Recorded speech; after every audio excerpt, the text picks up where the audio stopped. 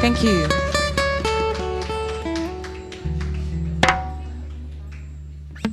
Ladies and gentlemen, please help me to put your hands together for Agatha and for Dawn.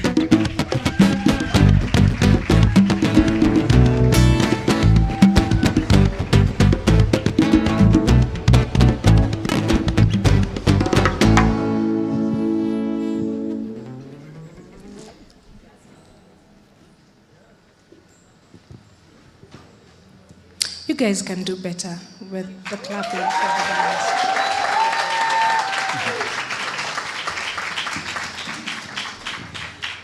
Shitakwa is not only a super talented vocalist, but she's an artist in every sense, and she brings so much joy to the room. Thank you very much, Shitakwa.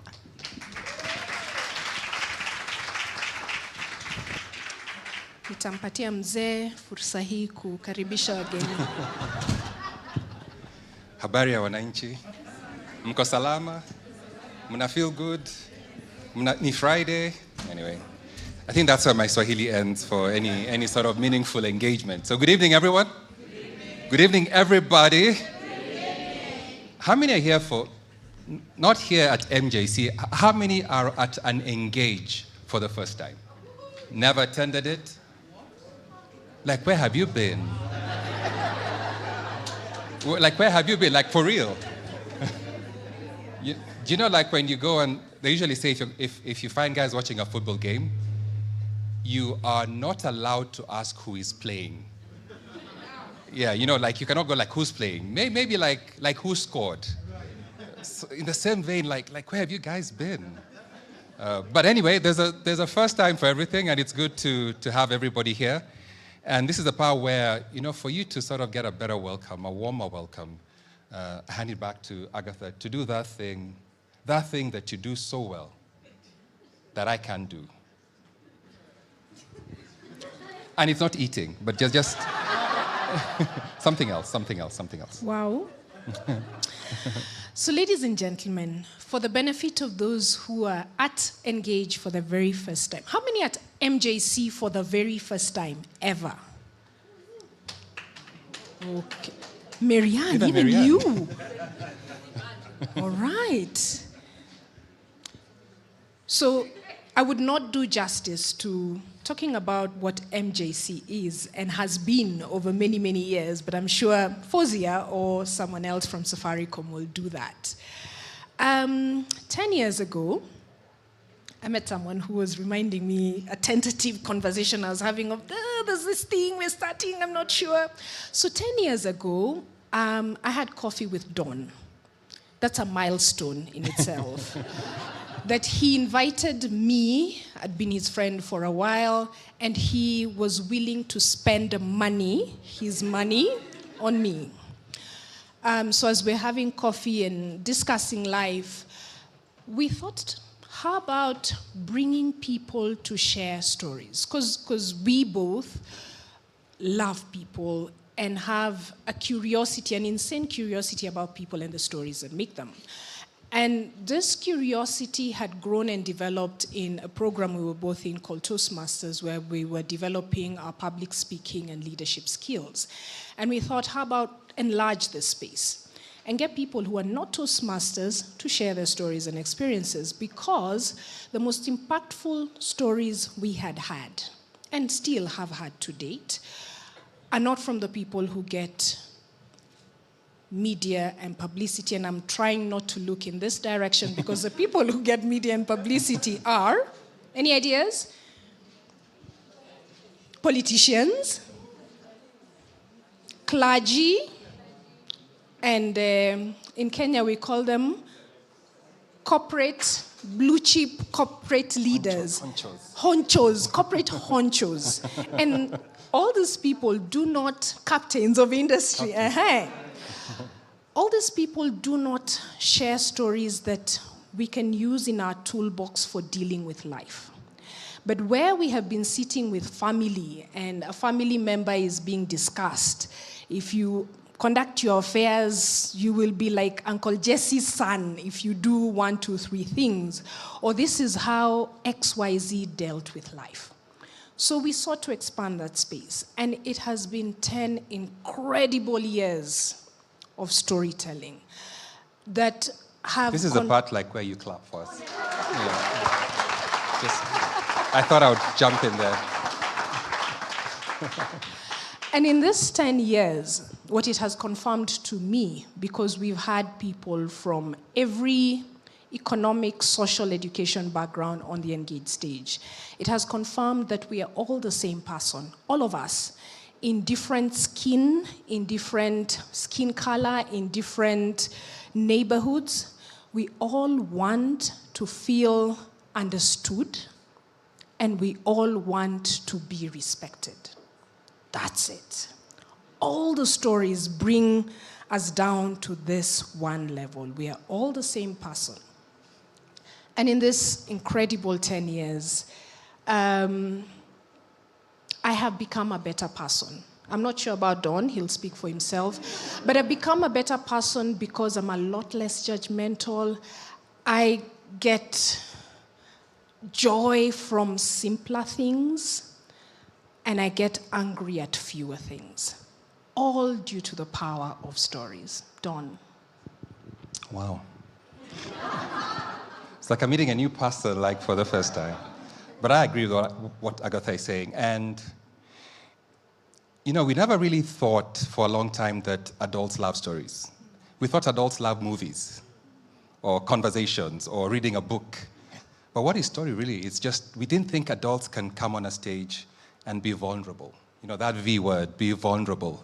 Tell us about what you have lost, what you're embarrassed about. Tell us about the things that you're not as proud of as the things that you're proud of. And it's been a wonderful journey. So this year I turned 50. And I'm sure there's people who are tired of hearing how significant a milestone turning 50 is. So in June this year, I turned 50. And the reason I share this is, it's funny how before I turned 50, I thought that was a significant milestone. Like, dude, you're 50. I mean, my kids are like, dude, you're old. They don't see 50 as... I see 50 as a milestone. They see 50 as loss. They see 50... And I don't blame them, because if you really think about it, and I'll give you an example. When we were in college and we're in our 20s, if somebody told you that there's a girl who was 21 who was dating a man who was 30. That was like a sugar daddy, right? Very old, isn't it? Very old. Like what? Like Marianne is dating who? He's 30, We actually thought 30 was old. Like old. Like, how do you get to 30? Like, And then 30 came, right? And then 31, and then 40, and then 45, and then 50. And the significance of that milestone is the fact that, I'll tell you my experience. So there's a sense to me that I have lost inhibitions about many things. I will tell you. I'll just tell you as it is. I'll just tell you. I'm not sure that's a good thing for those listening or for those on the receiving end, but there's a milestone, because before I would sort of hold back, be diplomatic, do the thing that we must do as upright citizens, just as proper men, well-raised, hold back. So 50 for me, that milestone came with the fact that I'm uninhibited, but I shudder to think that probably I'm becoming unhinged. That's not a good thing. There's a fine line between, are you inhibited or are you unhinged? But also it just comes with just a sense of what's the word I'm looking for? Contentment, which is a good thing. The fact that I'm getting to enjoy every small thing, the fact that I'm finding pleasure in some of the simplest things, and that's a milestone for me. I mean, knowing where I've come from, knowing the battles I've had, the things I've had to sort of get a sense, how do I become a better man, a better parent, a better husband, a better employee, a better storyteller? How do I treat Agatha with decorum and sort of a sense? And those are her words. She told me to ask these questions like earlier, but how do I become better at that? And tonight we talk about milestones. And these milestones, when we asked the speakers, when we told the speakers that the theme was milestones, we didn't have an expectation of what they're going to talk about. We just gave them a blank canvas. We don't know whether the stories are about corporate milestones. We hope not. But significant events, incidents in their lives, things that they can look back and say, this was significant, this is why it was significant, and this is why I think you guys should hear this story. And hopefully we will be the better for it because we will reflect on our own milestones, on our journey, on the journeys of our lives, on things that have had such an impact, not just on us, but also helped us to become better people and ultimately impact other people. So I hope you have a good evening, even as we get to find out what these milestones are. Agatha. Thank you, Don. How can you treat me with more decorum? Don't try. I've accepted you as you are. Your wife and children love you as you are. Yeah. Despite being you. Our first speaker is new. And when he stands up to speak, you'll understand why I say he's new. He's new in the country. He's still impressed by us.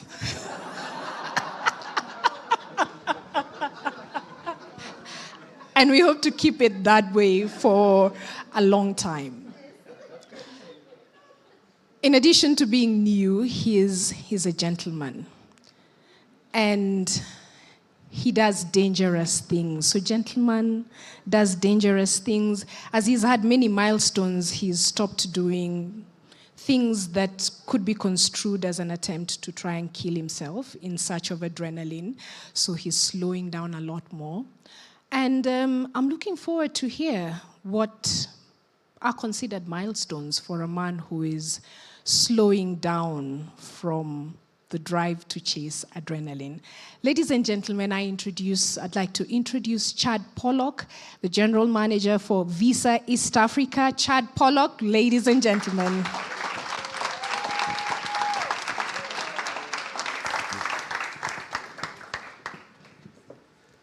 So my story begins in the middle of the ocean when I was a ripe old age of 25 years old. And I'm standing on the top of a nuclear submarine on a deployment heading out into the Atlantic Ocean. And I remember this moment because I glanced around and there was not a ship in sight. I saw dolphins jumping over the bow wake as the submarine is cutting through the water.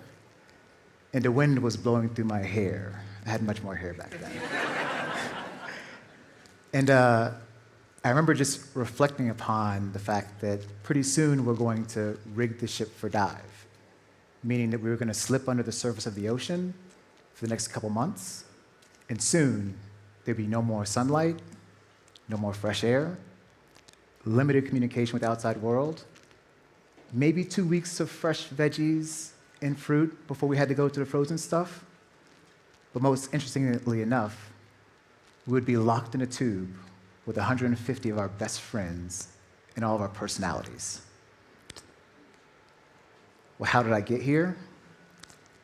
When I was in middle school, I got into a fight, and it ended me in the principal's office.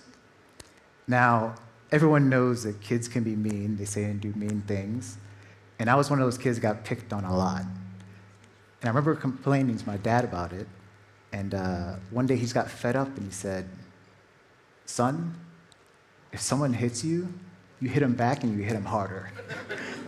Now me, I was shocked by this statement, right? Like permission for violence, because my dad was a police officer. So he was Mr. Law and Order, Mr. Do It Right. And so this was a milestone for me, because I'd never seen this side of my dad. But then also my mom co-signed. And I shouldn't have been surprised because she had a pretty quick backhand. Now, my dad grew up in the southern part of the US, a state called Florida, and he grew up on a farm, very poor. He was one of 13 kids, and he grew up in the Jim Crow era. So if anyone knows anything about US history, this was a very dark period. And that definitely shaped him into the man that he was. And he shared a lot of advice with me during my life, and I still remember it to this day.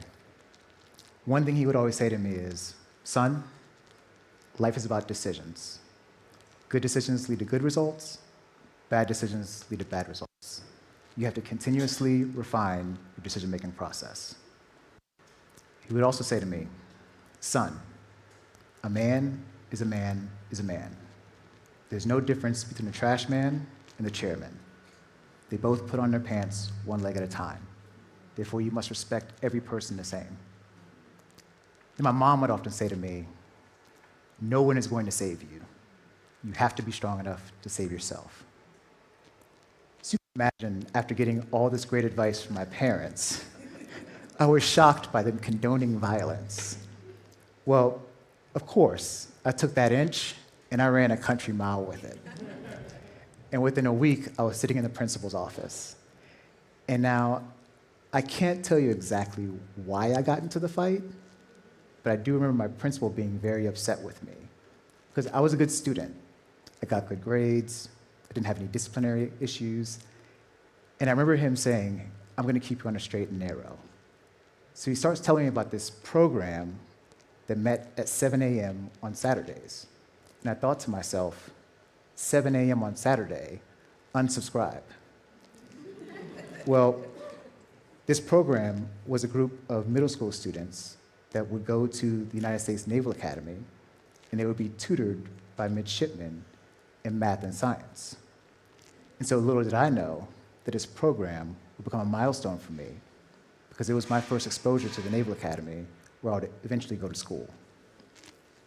So now we fast forward a few years, I'm looking at college, I apply to the Naval Academy, and I'm accepted. Now to be clear, the Naval Academy is not college or university, right? You are preparing to become a military officer. So it's 4 years of intense physical training, 4 years of a really tough academic curriculum. And once again, my dad gave me some really good advice. And it was on the day that he was dropping me off for what we call plebe summer or indoctrination day. And he said to me, son, remember, don't let them get in your head. If you're running for miles and you're tired, so is the guy next to you. If you're doing push-ups and you're in pain, so is a person in front of you. If they can do it, you can do it. And if they can't do it, you still try. This was another milestone for me, because even in times today, when I doubt myself, I still tap into that, what my dad told me. So usually when I tell people that I went to the Naval Academy, they always ask me, what was that experience like? And I always say it was character building, because it was. The Naval Academy does a really good job of stripping away all of your privileges and making you earn them back. So for your first year as a freshman, you're not allowed to have a cell phone, no music, no movies, no civilian clothes, only a uniform, and you can't come and go as you please. So you can only leave campus on Saturdays for 6 hours. And so even though I graduated with a degree in engineering, I like to say I have a PhD in delayed gratification. And so it was around my third year or so I was at the academy, and I was trying to decide what job I was going to do when I graduated. So because I'm an 80s baby, most guys that I went to school with wanted to be fighter pilots like Tom Cruise and Top Gun. Me, I'm a closet nerd, so I wanted to fulfill my Star Trek fantasy. And because the Navy didn't have a space program, the next best option was nuclear submarines. But what really sealed the deal for me was I had a mentor who was then a young lieutenant, who's now an admiral in the Navy. He invited my roommate and I to an event. The event was called the Black Engineer of the Year Awards. And that year happened to be held in Baltimore. And when we get to the event, he made it a point to introduce my roommate and I to these gentlemen known as the Centennial Seven. So you're probably asking yourself, who are the Centennial Seven? Well, at that point, submarines had been operating for about 100 years in the US. And every submarine has a commanding officer or CEO, and they kind of rotate every couple of years. So over the course of that 100 years, there have been thousands of commanding officers, but only 7 of them were black. And all of them were present that day in that room. And so the conversations I had with these gentlemen, just their stories, their trials, their tribulations, That was a milestone for me. That's when I knew exactly what I wanted to do when I graduated. So after graduation, I go on to submarine training, and let's be clear, you don't just become a submarine officer. It's an intense training pipeline where you have to learn nuclear engineering, go to firefighting school, you do flooding simulators, submarine escape training, weapons training. I mean, there's a lot of things you have to do because you're almost like an astronaut in space. And after you graduate from university, it's about 1.5 years of training before you get to your submarine. And then it's another 1.5 years on your submarine of constant certification and learning and proving yourself. But once you actually reach a point which you can potentially earn the privilege of being a submariner, you now become a servant, because everyone on that submarine is relying upon you to save their life, and vice versa. And so something we always say to each other is, either all of us come home, or none of us do. It's literally life or death. And so when I think back on my time as a submarine officer, it was probably one of the most defining periods for me, not just because of the experiences, but because of the people. So my next milestone is when I decided to leave the submarine force. And that was a really tough decision. But a few years later, I was on a land-based assignment at a training facility, and I was talking to my HRBP equivalent in the Navy. And the Navy has a really good succession planning process, like it's fire. And he's sitting down and we're talking, and he's laying out for me my exact career path from that day for the next 10 to 15 years when I would become a commanding officer and have my own submarine. But while he's describing this to me, I realized I wanted more. I wanted more choice, because the journey is just as important as the destination. So I had a decision to make. Do I stay in and I go with the path that they've outlined for me? Or do I choose my adventure? Shortly after, I submitted my resignation and I became a civilian again. And when I think about that decision, although it was a challenging one, I never lost faith in the ability to bet on myself, what I could accomplish. So when I think about my final milestone I want to share with you, it's the one that brought me into financial services, and eventually here in Kenya. So at this period of time in life, I was working as a management consultant in the energy sector. And one day I get a call from a senior executive from American Express. I probably shouldn't say this, but from American Express. And he tells me that he'd seen my resume and he was really intrigued by my experience, that he wanted to meet with me and explore potential opportunities to join his organization. Now, I have zero finance background, right? I'm full score engineer. And I was kind of doubting, the move because it was a totally new industry for me. So I remember I called my dad. I said, Dad, I'm thinking about this career move. I'm not sure what to do. It feels like I might be starting over. I remember he said to me, he said, son, it's not about how you start, it's about how you finish. So with those words, long story short, I moved on to American Express. After successive career moves, I made it here. When I think back through all those moments that I share with you, it reminds me of a quote from my favorite book, and it's The Alchemist by Paulo Coelho. I'm going to try to say it without butchering it. But it goes, no matter what he does, every person on this earth plays a critical role in the history of the world. And normally, he doesn't know it. That quote resonates with me because I think about all the milestones of my life. I think about the role that every person played, and whether they knew it or not, I'm so grateful for it. But also, it reminds me of the role I play in other people's lives because we're all in the same boat. So, thank you.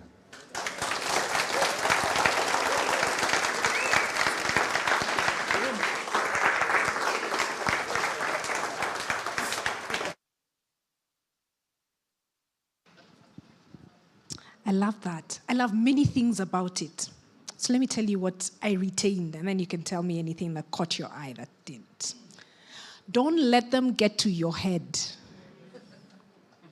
If he's running 5 miles, 4 miles, you can do it.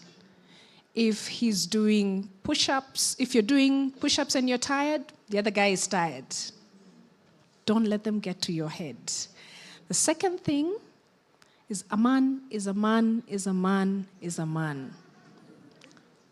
Whether it's a trashman or a chairman, they all put on their trousers.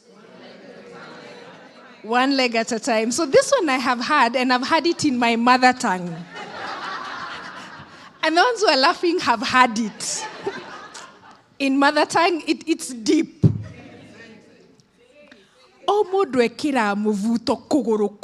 At a time. Everyone puts on their trouser, one leg at a time. So I guess it's powerful across oceans. The third thing I picked is we all live together or we all die together. How often do we do things thinking, if I get to leave, that's fine? I guess I haven't been in a submarine, but in a submarine, it makes a lot of sense. We're either all coming up or all dying. That I will carry in business and in family. If we're sinking, we're all sinking. If we're thriving, we're all thriving. Thank you very much, Chad. Another round of applause. I'd like to invite back the lovely Shitakwa to perform Ndao Yami.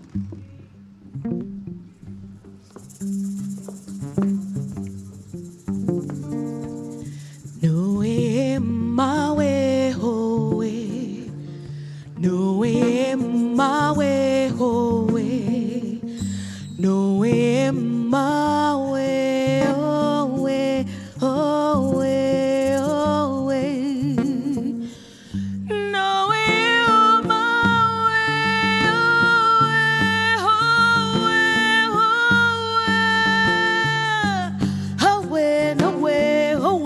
No way, no way, no way, no way, my way. Take me to the place where the river runs wild. To the place, a place with fruit or life. This place in my dreams, this place, it's in my head all day, where the river runs wide.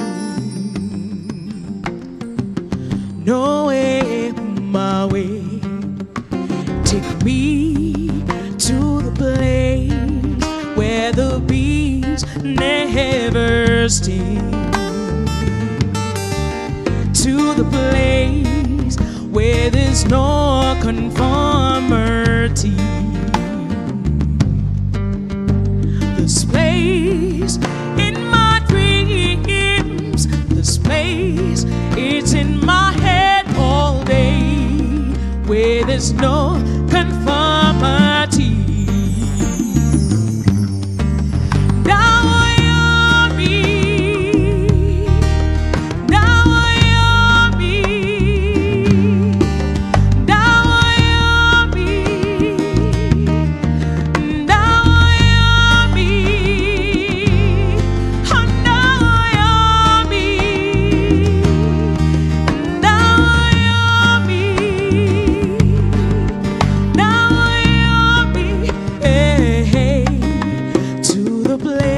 Of liberty,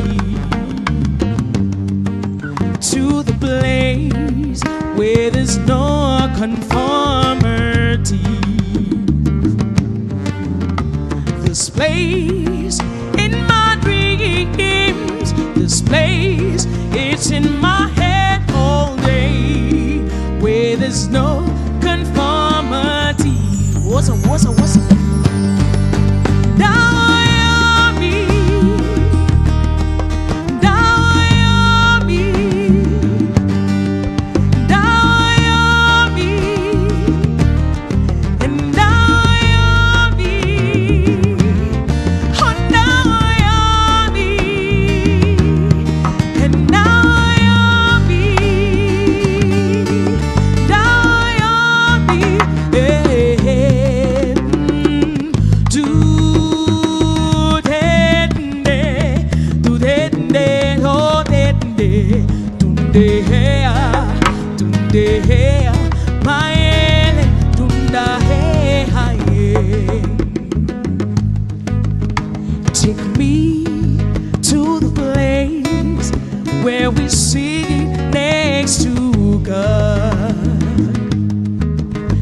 the place where there's no conformity,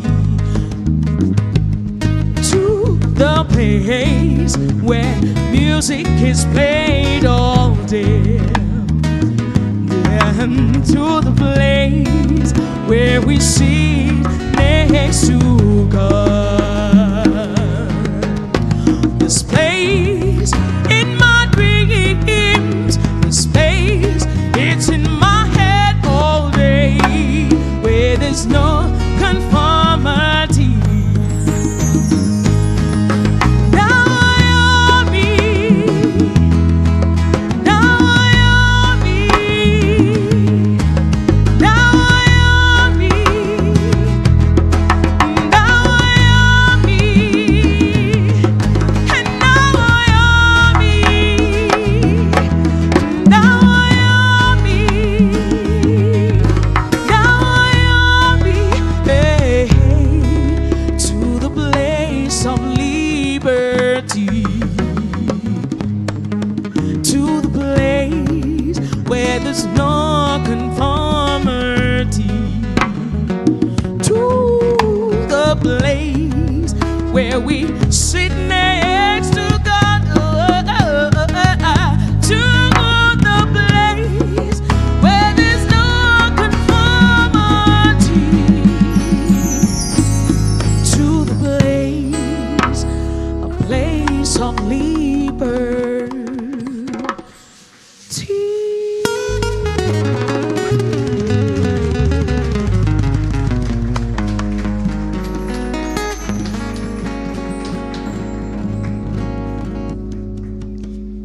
How many know who's originally sang that song? Yes, my sister Claire. Yes, Claire, there's brotherly love that comes your way for getting it right. Who sang it? Zama Jobe. Thank you for that fantastic performance. So I realized, because there was a good number of people who are here for the first time, there's some house rules. So I do know there's people who enjoy music by talking to each other, like a lot. But there's another that enjoys music by listening to it. So I want to urge, for the sake of those who enjoy music by listening to it, those who enjoy by talking a lot while the music, we give those guys a chance to do what? To listen, all right? Fantastic. Thank you very much. The first time I heard about a cappella music was with the group Five Alive. I don't know how many of you guys were. Who does not know who Five Alive are? Never heard of them. Like sincerely, we will not judge you. Oh, okay, I'm told we will judge you. Who's never heard of Five Alive? Like for real? Never heard of Five Alive? Okay. So the first time, we've seen them, Gen Zs. But we didn't invite Gen Zs because they have not heard of Five Alive. So the first time I came across a cappella music was through the group Five Alive, and they were amazing. You know, we'd not heard a Kenyan group sing such harmony, such melodious tunes like Five Alive. And I don't remember everybody's name, but I remember Victor say, who are the others? Since everybody knows Five Alive. Who are the other guys? Eric Wainaina, huh? Are some people saying like Eric Wainaina 5 times? So there was Chris Blue Band. Okay, there was Chris Blue Band. Who else? Christine? Bob Kyoko? Victor who? Victor Say. Who was the 4th one? Joe.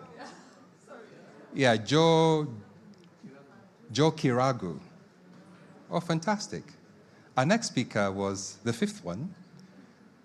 And our next speaker is amazing in so many ways. He is such a trailblazer, right? From his music, from just his sense of social justice, social consciousness, from highlighting so many ills that exist in this country. But he just didn't stop there. He also talks about the good things, the things that we should be, the things that we can become, how we can become better people, and how we can also impact other people more effectively. Here to share his milestones, ladies and gentlemen, put your hands together for the one and only Eric Wainaina.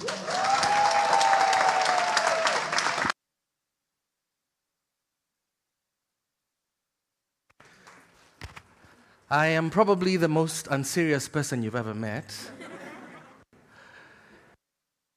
Most unboxable. I try to be. I spent my whole life, my early life, thinking that I was going to be a doctor. And you know how it is when you're a clever kid. It's your parents are there like, it's medicine, it's law, it's engineering, it's architecture, maybe it's accounts. And I was standing there. I was 17 years old, and I was having my epiphany. I was singing with a group of my friends in front of our primary school at St. Mary's, auditioning to perform at our Prize Day concert. The primary school are brutal. But we stood there and we began to sing. When the lead singer started, everyone knew he was the school joker, and they started to laugh. And the second voice came on, and everyone just went absolutely quiet. Because they could hear the harmonies begin to form, and the third voice, and the fourth voice.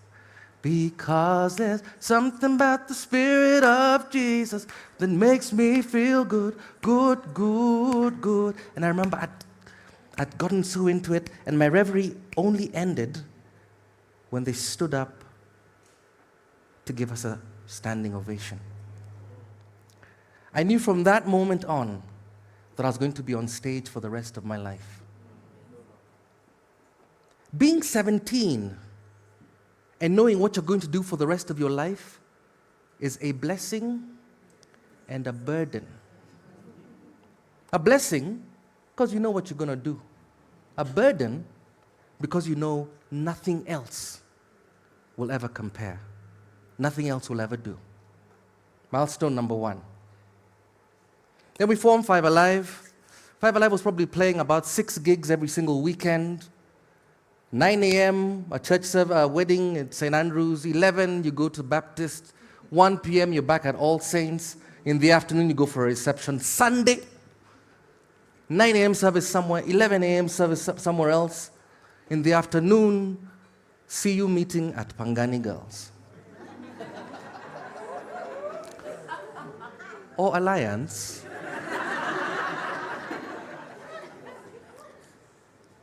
We would so often, 2 weeks in a row, go from this church to that church, hear 2 pastors on 2 different weekends giving the exact same sermon, and you'd go, huh. Then I got called to the Berklee College of Music. It was interesting because at the time that I got accepted, the shilling, as it continues to the dollar was doing this. So I got accepted, got a bit of a scholarship, but it still took me about 2 years before I could actually go. And I remember I had made a decision. I had all these Post-its on my wall, all these index cards on my bedroom wall, saying to myself, get up, you can do this, you can make this work. And because of the sheer impetus of my desire, I was able to pull everyone around my family to corral and get behind me to make my dream come true. The other thing that I did was that I decided, after reading this from Dale Carnegie, that I was going to meet a new person every single day. So I'd walk down the streets, in my college, I'd walk down the corridor and they're like, hi, I'm Eric, I'm from Kenya. And no, I don't run, it's Boston, you have to say that. What's your name? And in a very short period of time, I had an inordinate number of friends, colleagues, people that I was working with in studio as a freshman. Completely unheard of, that kind of thing. But the best thing that it did for me is that the woman who was then going to become my wife was walking down a street, saw our college banners, and was like, huh, that's where that Eric guy went. So she walked into the college, asked the first person she saw, hi, do you know a guy from Kenya? And the guy is there, oh, Eric.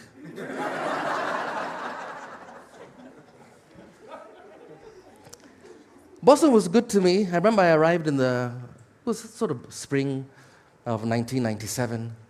It was 52 degrees. 52 degrees Fahrenheit. Now, my African tropical friends, what that means to you and me is 11.1 degrees to share between all of us. It was shocking. You'd see Bostonians running around in shorts and a t-shirt in that temperature that in July, when you get into your bed, you ask yourself, are my sheets wet? But about a year after first going to college, I came home and confirmed the loneliness that I heard on my father's voice back.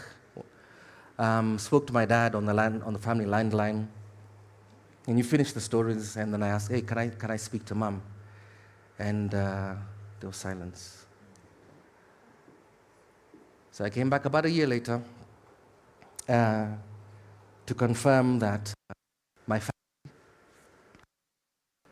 family had disbanded. Check one. Is it cutting a lot?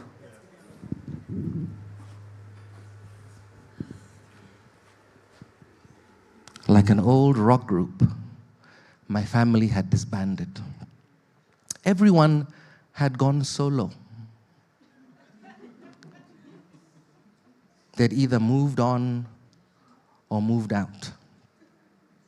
But I was home to discover what it meant to be an African musician. Because I had grown up on Michael Jackson and Kenny Rogers, and not enough Kamaru or Dio Misiani, and definitely not enough Tuku, and hardly any Fela. So I came home, met with some musicians, and the Moi era was raging. I was gonna come and I was gonna play you something here. Is this mic still, is it on now?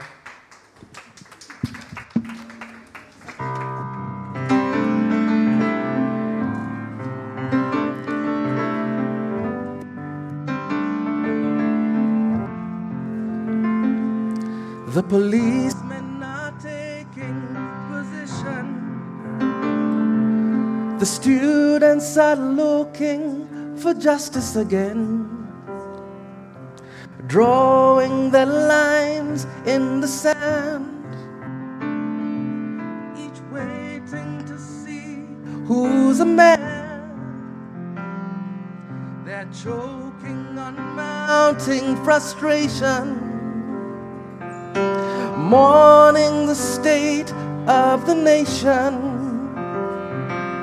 Their hearts are aflame, their blood is on fire. Stones start to fly, and politicians deny. Then who is to blame? Who is behind this? Who is in the shadows? And who lights the flame of this raging inferno and watches from high windows? What we need is justice, justice. Will you come and help me find this? What we need is justice, justice. Will you come and help me find? So there we were.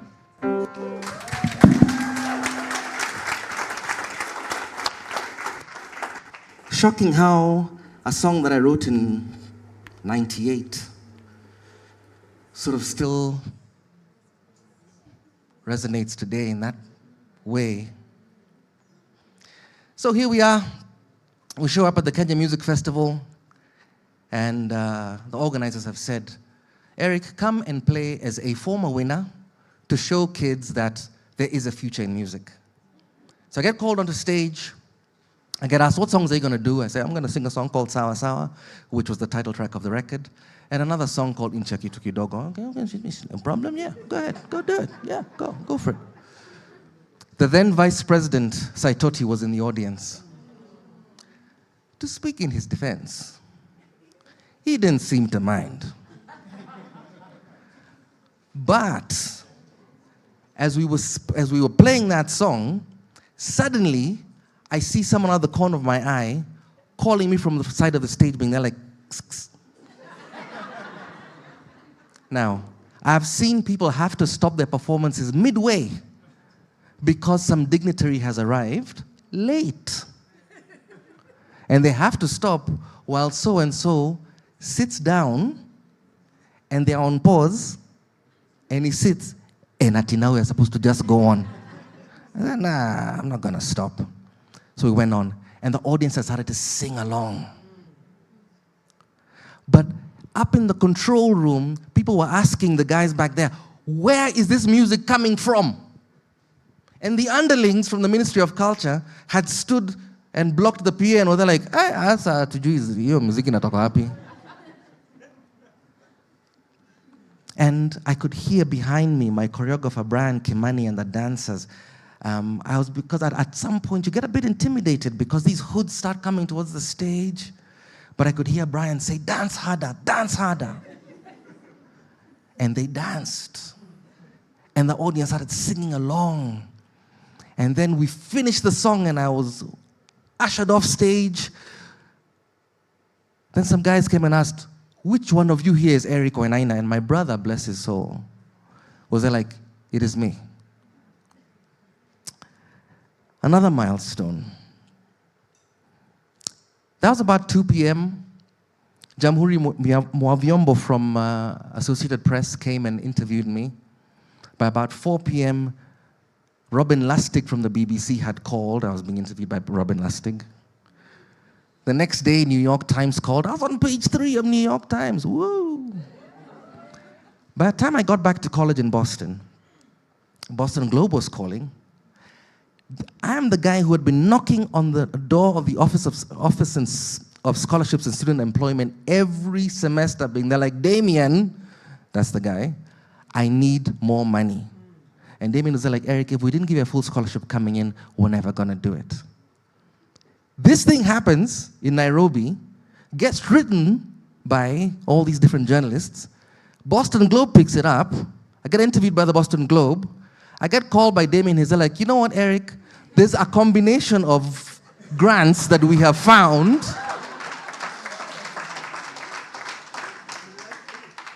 Who knew the corrupt Moi regime was organizing free tertiary education all the way in Boston?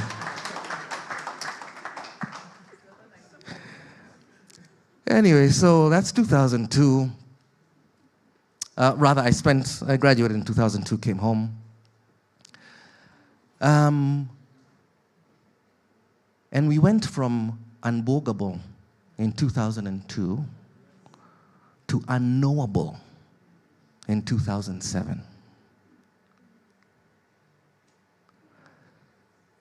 You would turn on the television and there'd be bodies everywhere. There was abandoned farms, orphaned children, husbands turning against wives, neighbors turning against neighbors.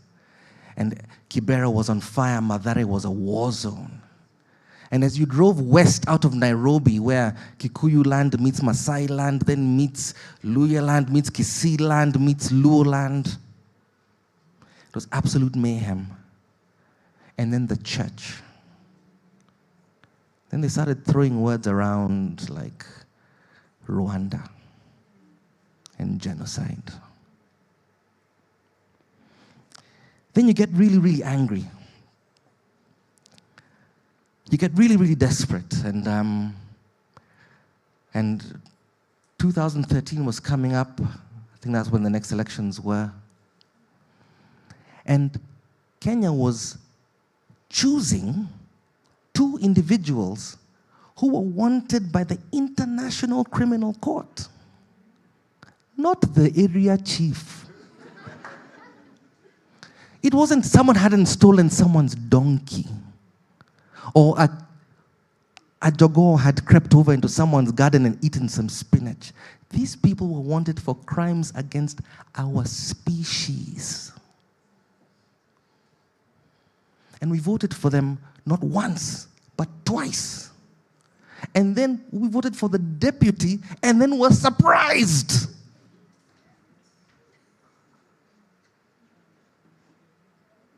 When he acted completely in character.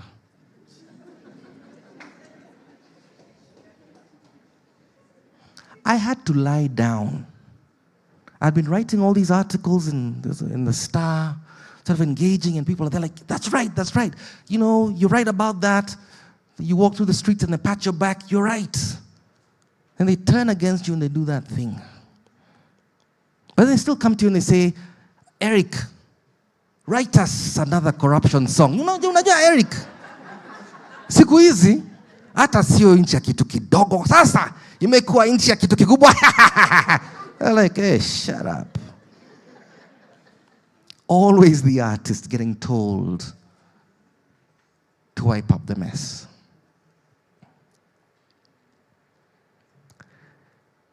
But what do I envision my role is? What am I doing here? I turned 51. Thanks. 4 months ago or something. And people start using these words on you. Oh, veteran. Mzito. Yeah, but you know, now you're too old to play our gig. And they're like, oh, so that's what you meant, you bastard. But what's my role? What's the role of the artist in today's society? Our role is not to provide answers. My role is to ask questions. Because we're all searching. You go to bed searching, you wake up searching, you have your breakfast searching, you get into traffic searching, a cop stops you, asks for your bribe, and the reason you get mad is because you're too busy searching. You are wasting my time. Kenya Power? How can I search when there are no lights?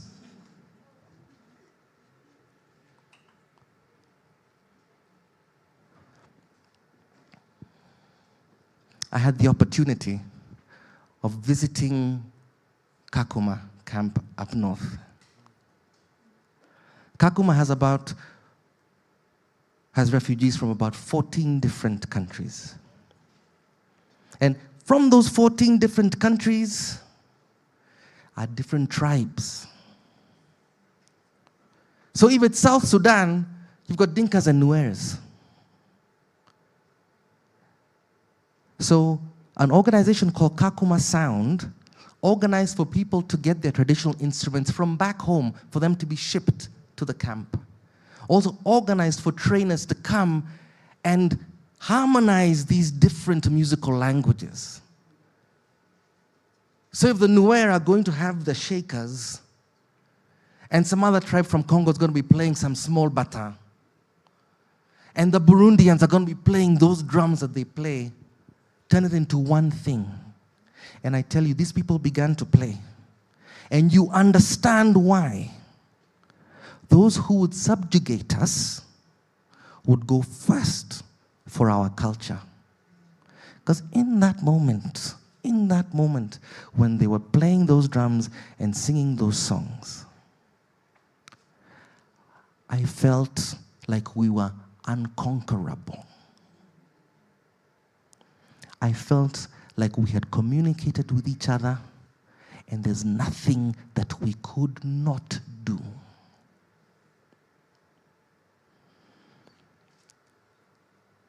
So, I'm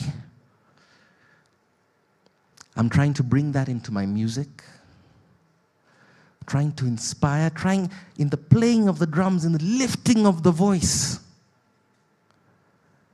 Find that place that the ancestors are calling us from and saying to us, let us together unbreak the pots that the colonizers and the unjust made us break. Let us together weave the beads and weave the cloth that will remind us where we're from, and maybe in reminding us, in us remembering, we will thrive.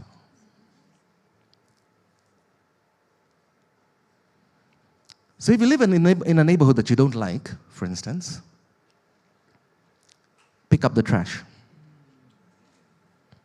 If you live in a place where there's too much mabati, paint the mabati jungle green and plant bougainvilleas. If we change the aesthetic of a thing, we will feel different about that thing. And so people ask, who's funding Gen Z? Who's funding the revolution? I'll tell you. The ancestors. And I thought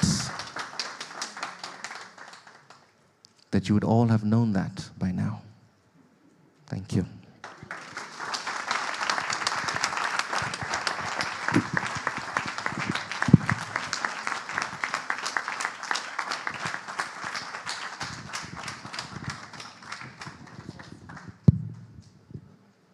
Oh, wow. You know, there's, whenever we do engage, there's stories you listen to and you feel like there's something you need to say. Like kuongeza kitu kidogo, you know, like the one thing that you picked or the one thing that stood out, but I think we'll just reflect on that. Thank you very much. Thank you very much, Eric, for giving us time to pause and to think and to reflect and, I don't know, and for everybody to sort of let that sort of sink in and figure out where in your story, where in your presentation they lie, you know, where in that spectrum of everything that you've said, where do we lie individually? You know, where do we lie individually? So another hand for Eric, everyone.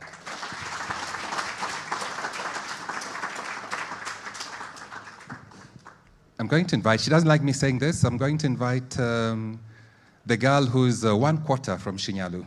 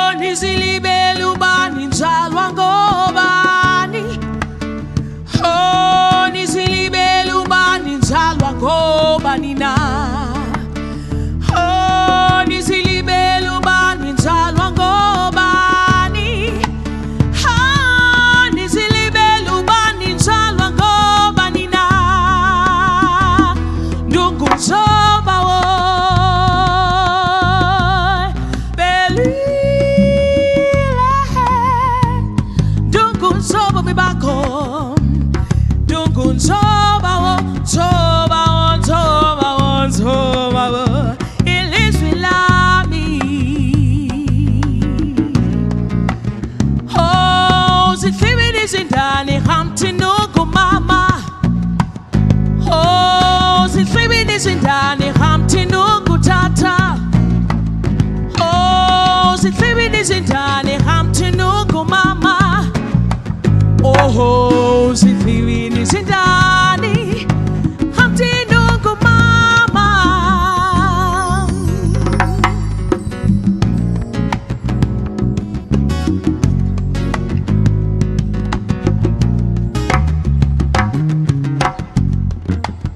The world changes, revolutionaries die, and the children, they forget that the ghetto is our first love, and our dreams are drenched in gold.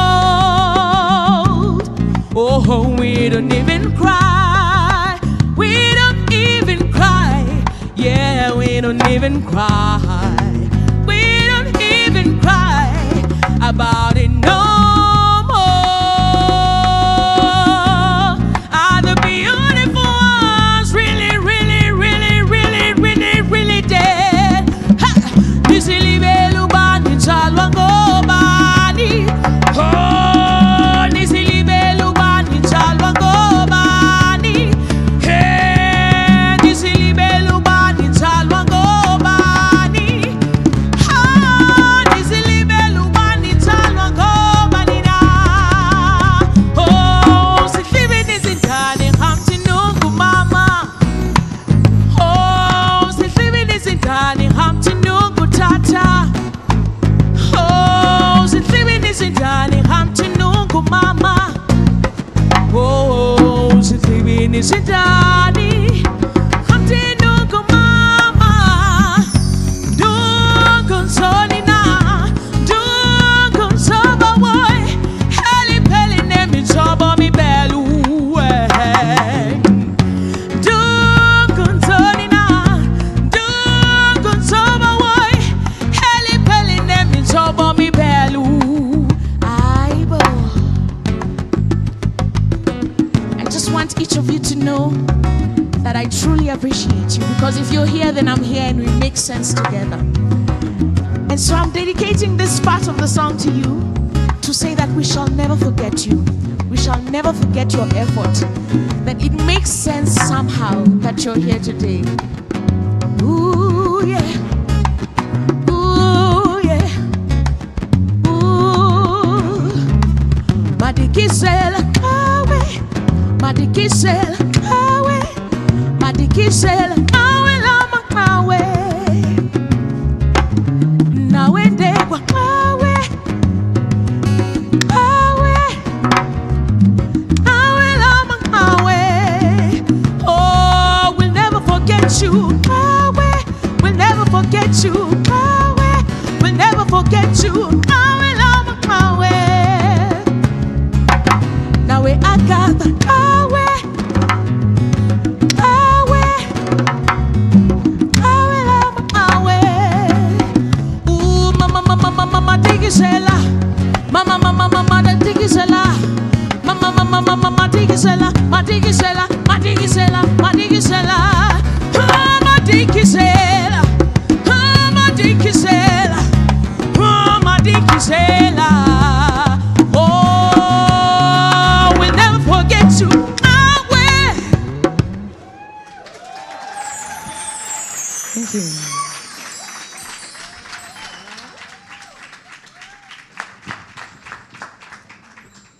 Another hand for Crystal and the Shitako and the band.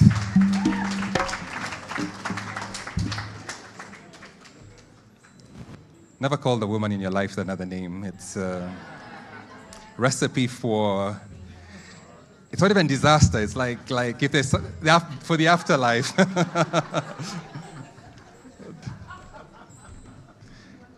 It is said that men usually speak from experience, from like a deep, deep experience.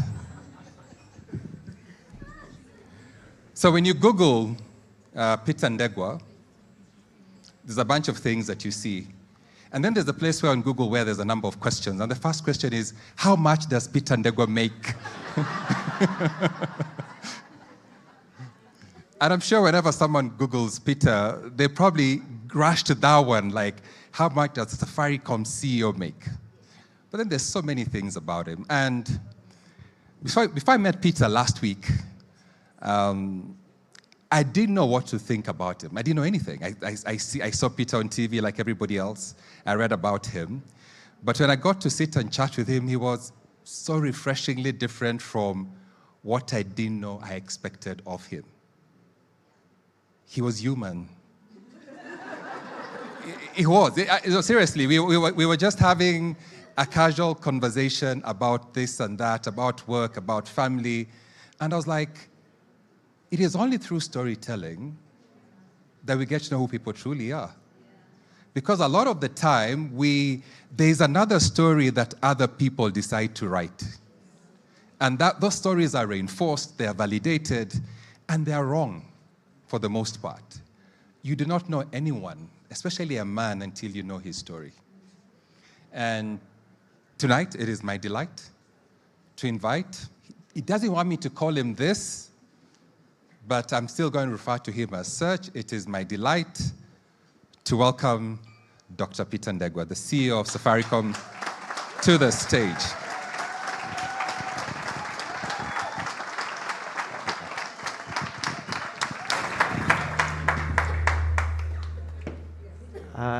Good evening, everyone. Good evening. Yeah, my team always knows that I repeat this a few times. Good evening, everyone. Good evening. And I tell them if they don't respond, I won't pay them any bonus. By the way, I'm human, eh? Where I'll start is, so I was speaking to Eric, and he asked me, so I told him, good luck, because I saw he was already mic'd. Because some of us usually prepare for these types of things and so on and so forth. So you know when you are mic'd, you are next. So I said, so good luck. Then he asked me, are you ready? And I said, I'm the least ready that I have been. This is the least ready that I have been. Then I said, which is a good thing, because then I'll probably be less prepared, because generally CEOs tend to be taught to be prepared. But I think I wanted to say the reason I'm not as ready is because I wanted to blame my assistant. Because, and the whole day I blamed her for packing my calendar, because I started my day at 6:45, and then ended at around 5:45. Before now, I came here with all kinds of things. The reason why I say that is that our lives are usually kind of packed. You work from one thing to the other, and you roll the ball, isn't it? Many times I tell my wife, she asked me, we are supposed to go somewhere next week. And I say, where? Next week will take care of itself, isn't it? So there are many times I feel like that. So anyway, my story starts from yesterday. So yesterday I sent my mom.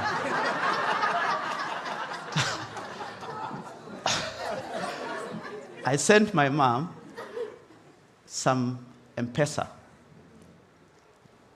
Yeah?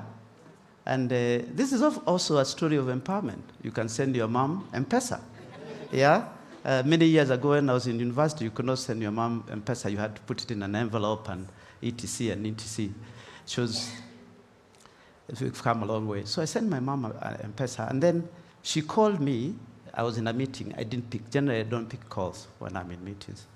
So then I went and called her back, because I knew if there's a crisis, someone will get hold of me. So then she said, as always, how are you? And every time, throughout my life, she's always called me my son or Moana type, that kind of thing. You know, in a very natural, motherly way. And it's always been consistent. I only wanted to hear your voice and to say thank you. Yeah? And I won't tell you how much money I sent.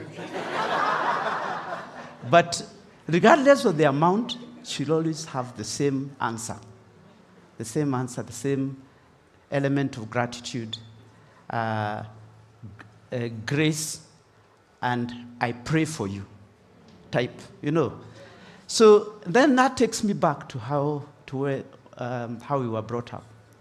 So, and the reason I tell the story of yesterday is because I wanted to start with my early upbringing. And so I was born in Nyahururu, a place which my wife says has hailstones. which is also true. When we were young, we experienced rain, thunderstorms, hailstones. Visibility was, you think the US chart that visibility is a problem, but in my place it used to be about 100 meters at best when you are going to school. But anyway, so I was born in Nyahururu, in the highlands, which is about 2,500 meters, about the same altitude as Addis, and quite cold. And so I was second born of a large family of 9, and so first son. So grew up, almost became a parent very early, and started to think, you know, the kids who are the very back don't realize what it took to be brought up and how it felt. I usually remind them, then they look at me. But anyway, and the reason why this is important, so my parents, so those who know, I don't want to be political, by the way, those who know the mountain,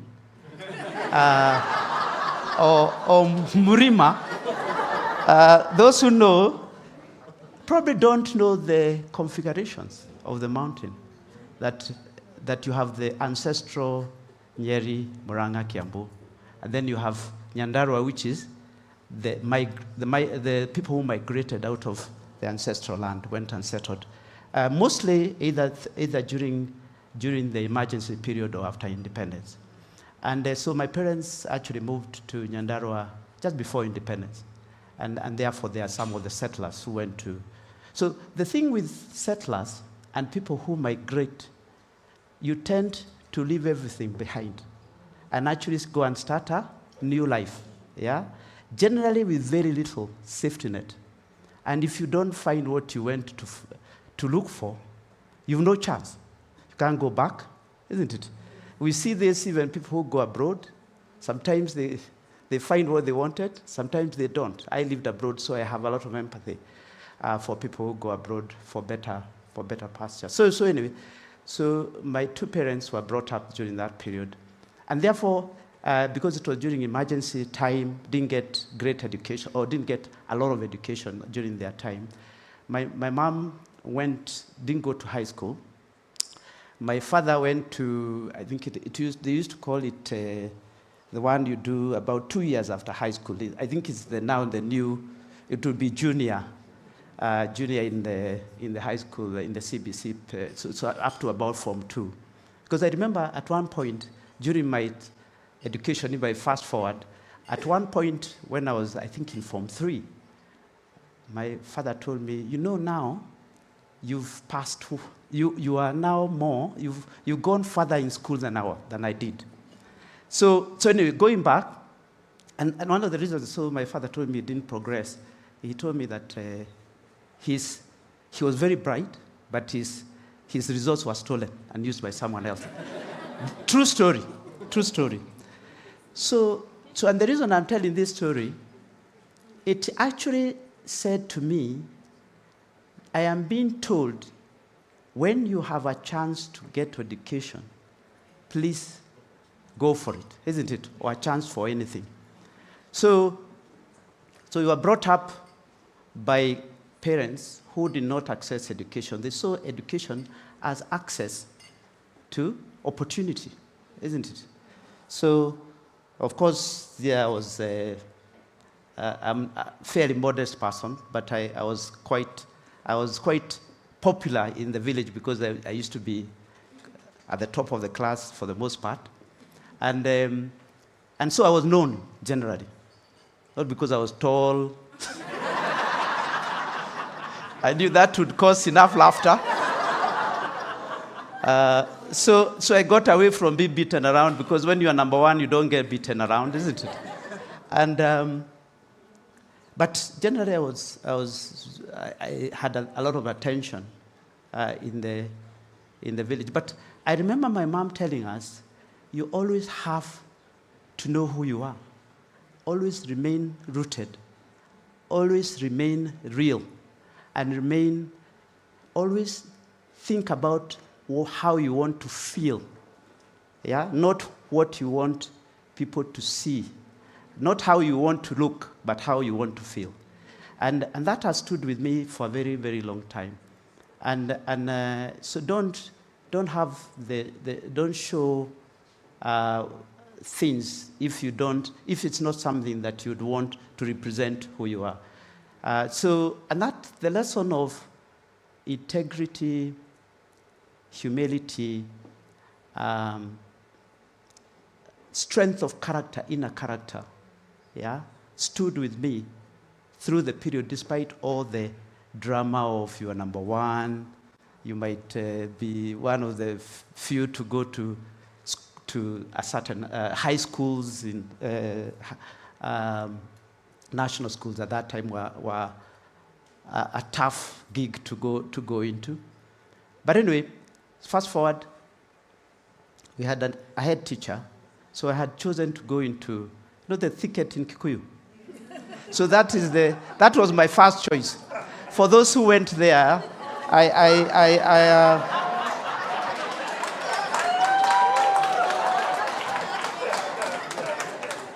and because then my headmaster told me, no, you're not going to go to that school.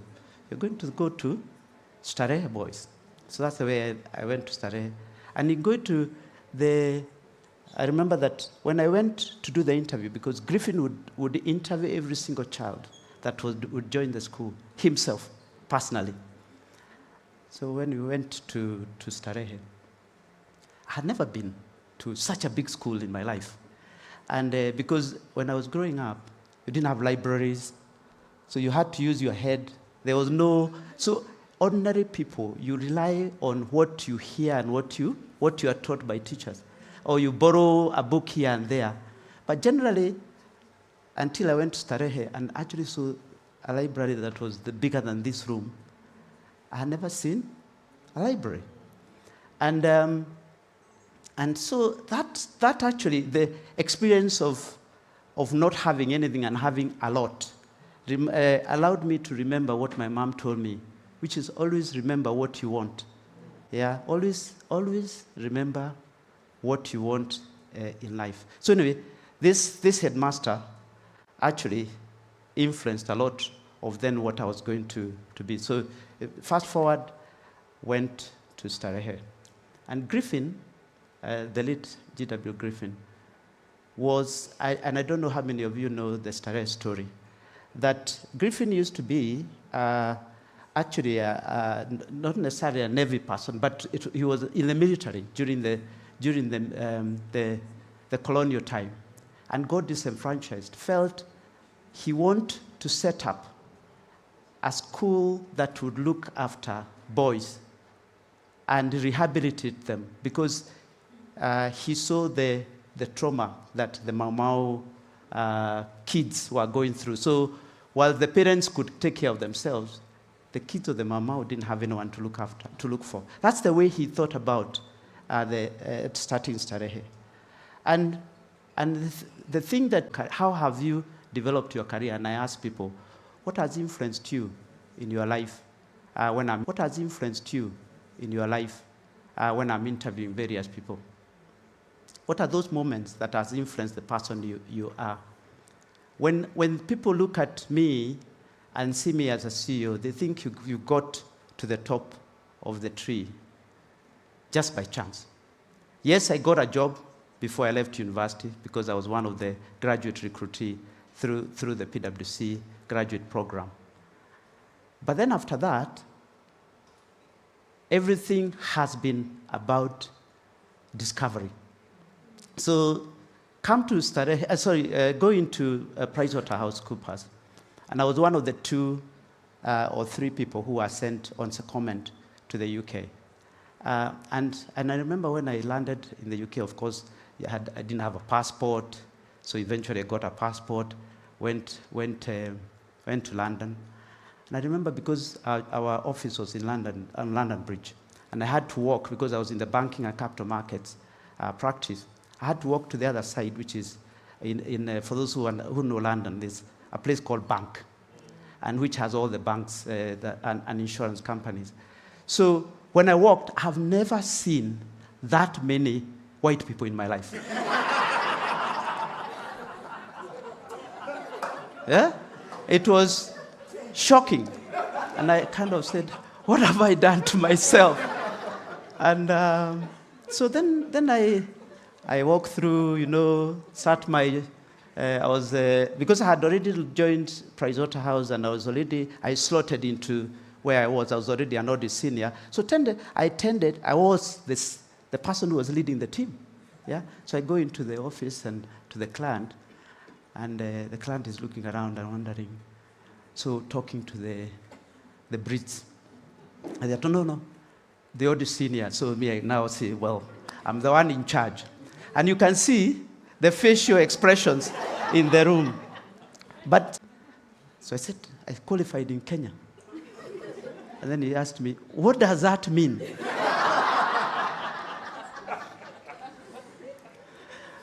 So then I kind of said, you take these things in your stride, isn't it? And then you get used to this story of, do you have to explain? Yes? Do you have to explain yourself? Then I became kind of, my brain works in the sense of, I'm always, and I remember from the days in Sarehe, you're always taught to lead from the strength you have, rather than the weakness that you see. The same thing that our mom taught us. And therefore, I started using tricks like I could decide I will have my hair, long hair without cutting it, or beards. I said, that's the way we are in Kenya. So now because the guys don't know how it is, you can get away with it. So I started using it to my advantage. Then I went into graduate school.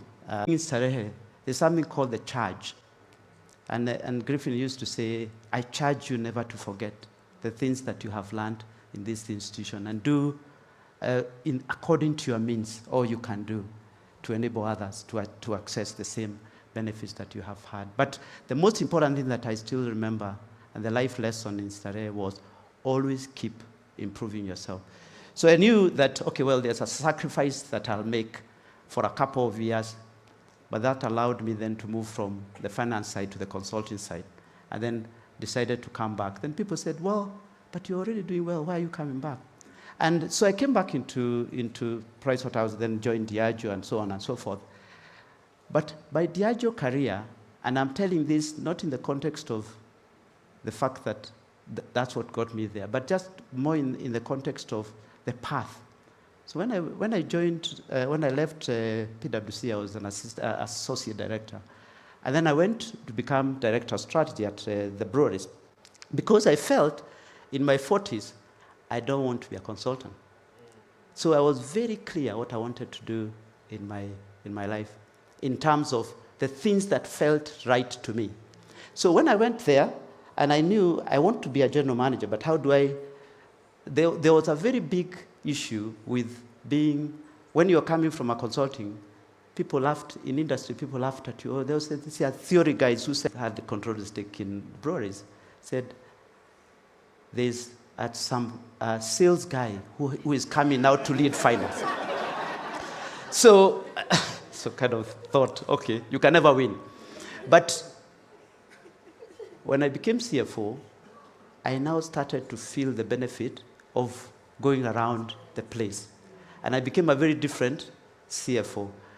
Then I decided to go to my first GM role was in Ghana.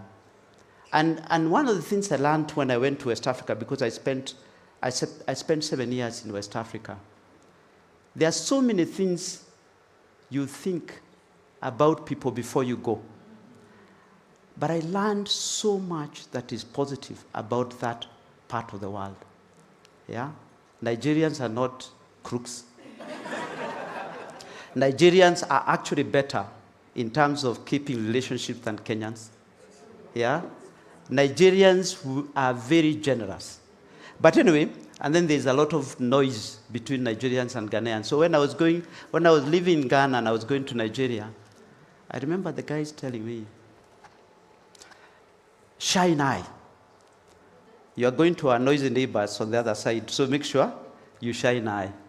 And for the benefit of traveling is it allows you to actually understand or put things in perspective. But the biggest story I wanted to tell about Nigeria, just 2 stories. One is there's a time my line manager came from London and said to me, I hear there's a fuel shortage in the country. Then I said, what fuel shortage? Then he said, yeah. So, yeah, okay. I told him, and now I remember there's a fuel shortage. But it doesn't rank in the top 5 things that I should be focusing on. Someone else will deal with the fuel shortage. Yet fuel would affect our business in a significant way. So the thing is, the troubles you have, if you have 20 of them, the top 5 is all that matters. Yeah? If you have 2 of them, you think you have all the problems in life. Yeah? And then I went to Europe. I went to work in Europe in Diageo. I was leading a business of 1,000 people, and I was, again, a minority. But I was at the top. Leave. And for you not to doubt yourself even when you are given the opportunity. Yeah? For you not to doubt yourself even when you are given the opportunity. I do not know where I lost the need to question. Because at the beginning, it was difficult. Yeah? I could question, am I fit enough? But the only thing that I remember is I went back all the way through my life. We were in Netherlands then. Told me because we had gone around the world with Diageo. So told me because we had gone around the world with Diageo. So I said, why don't you decline the job? Then I told him, there are jobs you do not decline. And then secondly, I wanted my son, because he had been born in this country but only went to Ghana when he was only 3, to come back and be rooted in the same way that my mom brought us up. Yeah? So luckily I was able to come back. And therefore, also COVID came through. And through that period, now my son is back to school in Europe, but he feels he is Kenyan. And he has the rootedness that we could have denied him if we continued to live abroad. And that was a lesson for me that it is very important. Yes, you know, when I said that, I did an interview on TV, and I said this to the anchor, and he said, a school called Gaidaithia. God help us. And I think, and the reason why it was called Gaidaithia was when people used to come from Nyeri to Nyahururu, there was a long forest. And because many times people used to walk, you remember those days, there were no cars. So they used to say, only God can help. So they had to find a school that they could name after what people used to say. Luckily, actually, when we were being brought up, it was actually a very purist place because your neighbors looked after the kids. You belonged to the village. Yeah, these days when you look after your kid, you can't even give it to someone. Those days it was, although we grew up from a humble, we didn't have much when we were growing up. Actually, it was a very positive upbringing. But the point I was trying to make is, I went back to Gaidaithia, and we constructed classrooms. I know people are still laughing. We constructed classrooms, and I went back to the class I was, at least when I was leaving the school, just to make sure that it is in good shape. And then went back to Starehe, to the house that I made the choice. I was saying to Eric that artists have a lot of influence with people because they appeal to the soul. And then he said to me, and I hope we have a positive influence. And I said, that's a choice. Yeah? Even leaders have influence on people, but it's about the choice you make. And for me, if you ask me the person who has made the most important, the person who has made the biggest impact on my life is my mom. So even when I go through tough times, and difficult times, I still remember that I have had to go through a very tough journey. And I remember my former employer's brand, keep walking, isn't it? Yeah? And I truly live keep walking. Whether I drink it or not is a separate issue. But the final thing I wanted to say is about social media. Because when you are a CEO, there will be a lot of noise. And how do you lead in the context of all this noise? And many times when people ask me, so are you not worried? Then I say, about what? The only things that worry me are those things that make me feel that I'm not doing my job, either protecting the reputation of the company, protecting me, myself, or my team, or not serving Kenyans or our customers. Anything else, if someone decides to call me and sambaza me or what is it called? Salimia, that's fine. I usually say it is about leadership, managing yourself or managing leadership is a big job.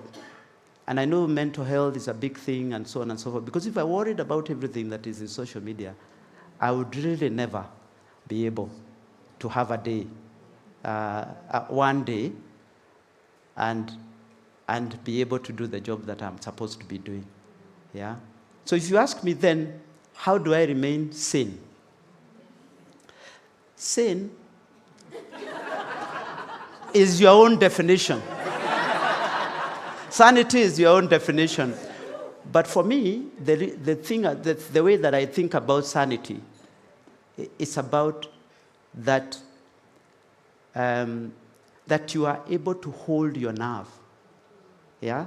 That you are able to hold your nerve. Because generally, CEOs' lives are tough. So therefore, the only way that you can ensure that you are making the right decision is to be present, isn't it? If you do not sleep well, if you do not exercise, if you do not have space to rest, you will have a problem. So we have to lead ourselves for us to lead others. And one of the ways that I have discovered is not to let authority get into your head. If there's a biggest lesson that I'll say in leadership or throughout my life, and what I was taught by my mom, don't let authority get into your head. Thank you very much.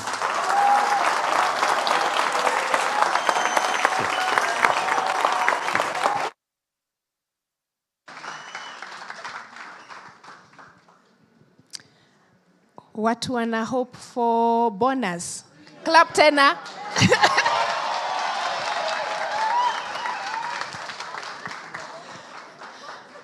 So there's a running thread in Peter's story about knowing yourself, self-discovery, self-awareness, not letting authority get to your head, and not letting social media get to your head. You know, as you were saying that story, I remember the story we were told that was said by the late Kijana Wamalwa. So he told of a story of a woman who, back in the village, had gone out to relieve herself in the night. And it was cold. And she said to no one in particular, "Hey, how do night runners survive this cold?" And unbeknownst to her, there was a night runner around. And the guy responded, "We get used to it." And that story was then repeated to someone who was asking him, "How do you deal with all the pressure?" You get used to it. So, thank you, Peter, for that story. Again, another running theme in his story was his mother. And how important his mother was.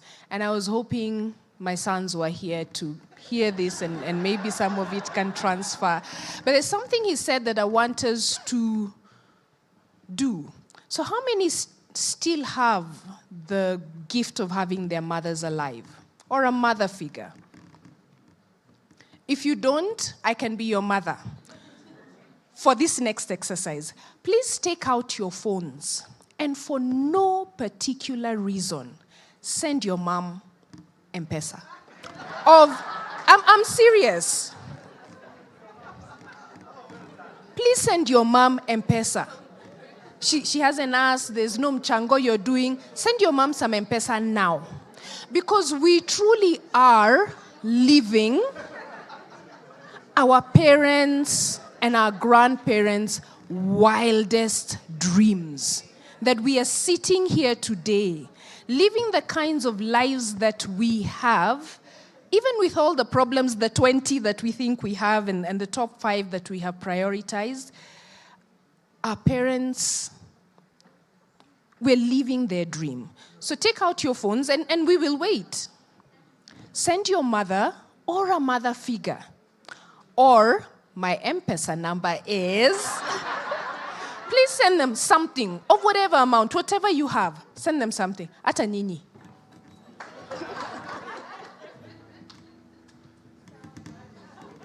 To give thanks. Frank, I see you. You sent to me, to my number. Salimia your mothers, or mother figures, or people without whom the milestones you celebrate would not have been possible.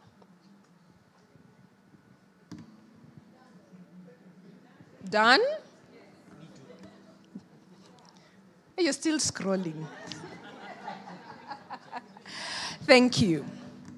The other thing I picked and that I will carry with is lead and live your life from the position of the strengths that you have, not the weaknesses that we see.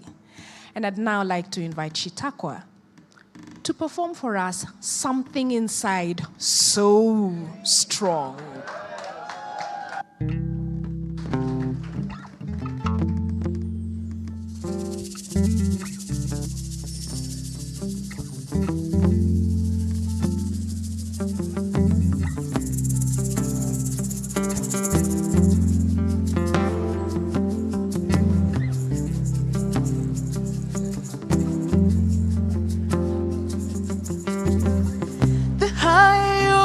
Your barriers,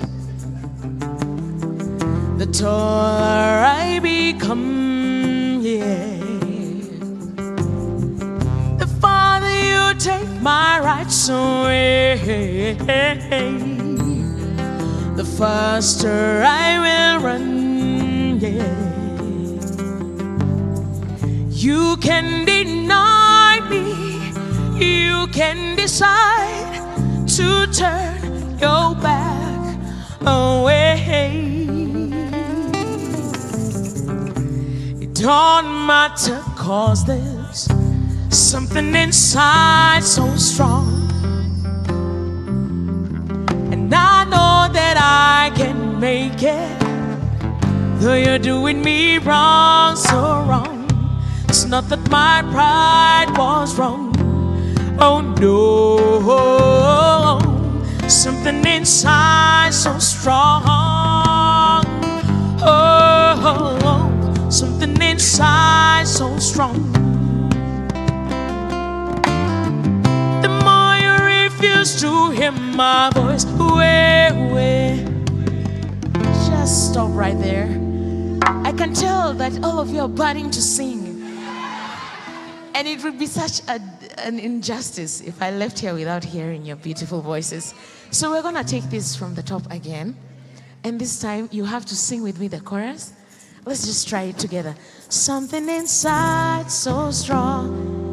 And I know that I can. Though you're doing me wrong, though you're doing me. It's not my pride, not that my pride was wrong. Oh no, something inside so strong. Oh, something. And then just before we proceed, when I see the more you refuse to hear my voice, go for yourself. Okay, so you can call forth the soprano, the tenor, the alto that you are. And then let's take it from the top again. Thank you very much. Feel free to swing your head or snap your finger.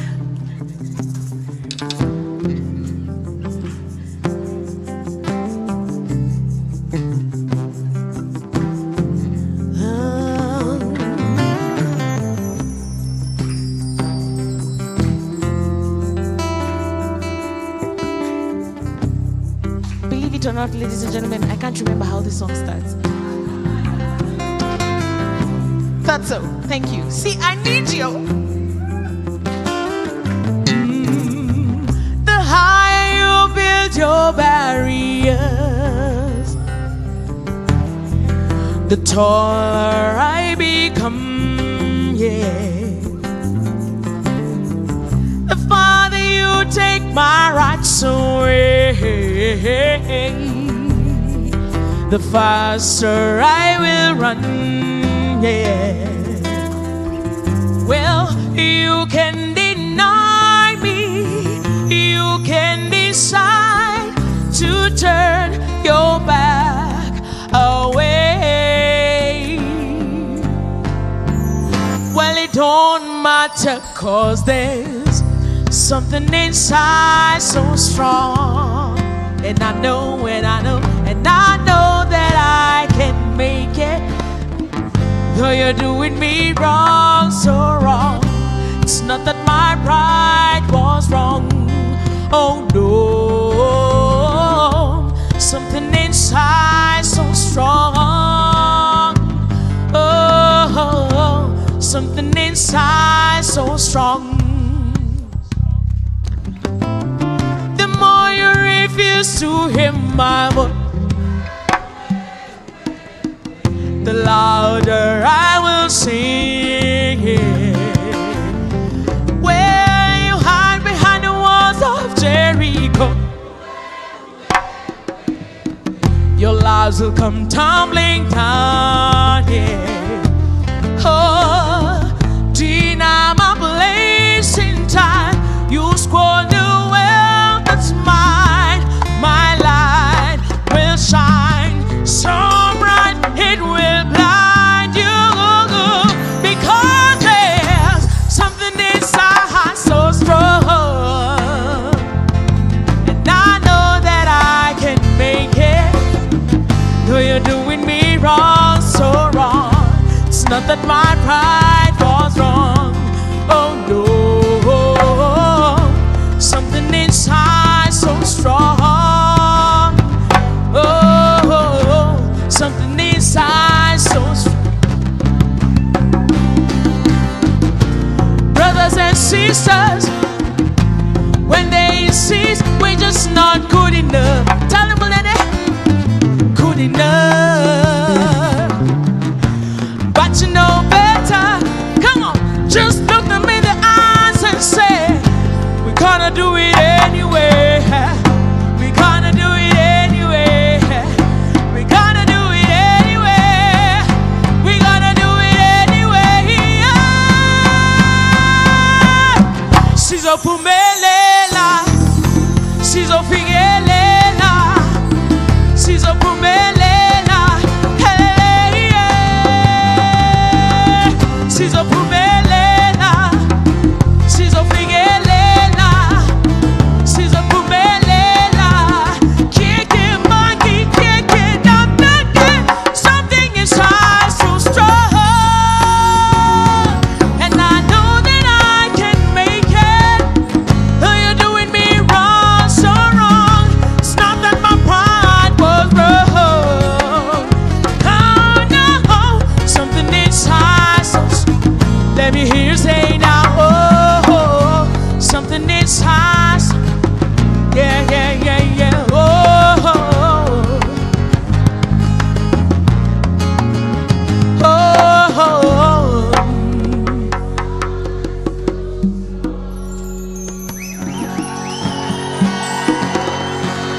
Something inside so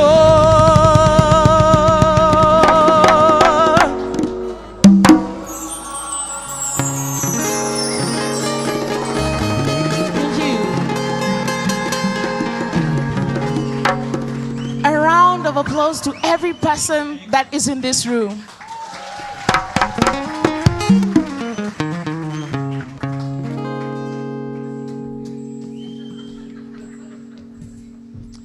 Thank you. Thank you very much. Your mothers, thank you.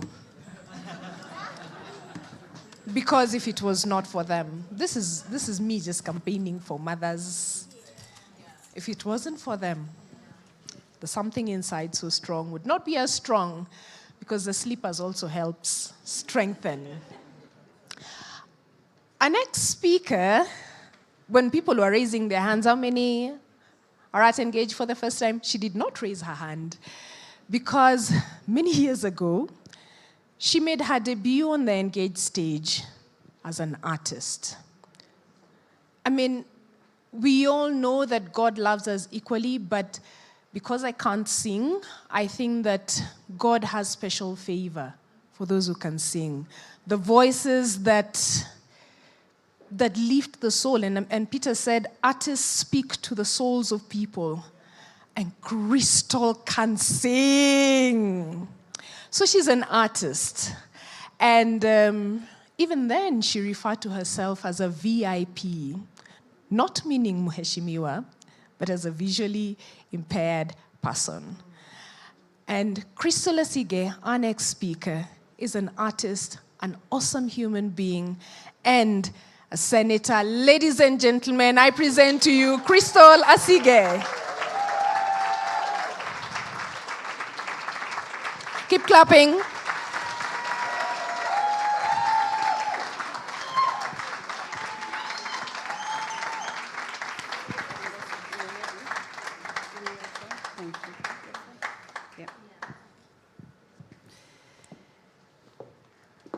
I am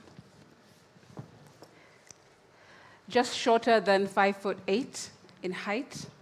I'm a black Kenyan woman with dark chocolate complexion. Today I'm wearing my afro all out, slicked back, and I have asymmetrical earrings on, brass, and I've got a black bracelet, a black beacon dress, which is sleeveless, and I'm barefoot.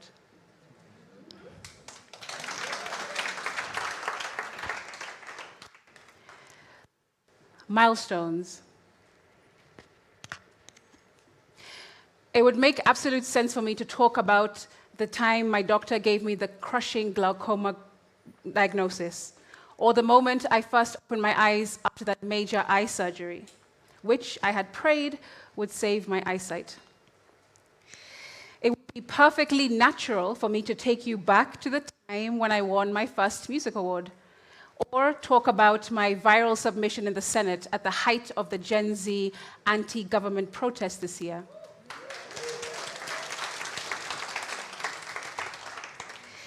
Maybe the story of how I was named Time Magazine's top 100 most influential leaders of the next generation.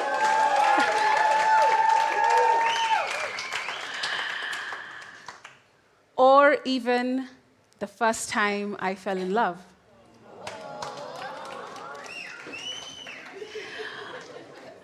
But in case you haven't already noticed, I do tend to see things differently. I find that my most important milestones are not the advertised ones. They're not the mountains I climbed, nor the Goliaths I conquered. No longer walking by sight has brought me to a place where I now see milestones in private moments. I see the moment I first opened my white cane. For a long time, because of my fierce independence, I resisted and ran away from admitting that I needed help. And taking that first step towards a modicum of independence meant scrambling to save £65 to take to the shop. First of all, £65 when you're fresh out of university is just oppressive. And second of all, I was like, surely God, why must you allow hard things to also be expensive?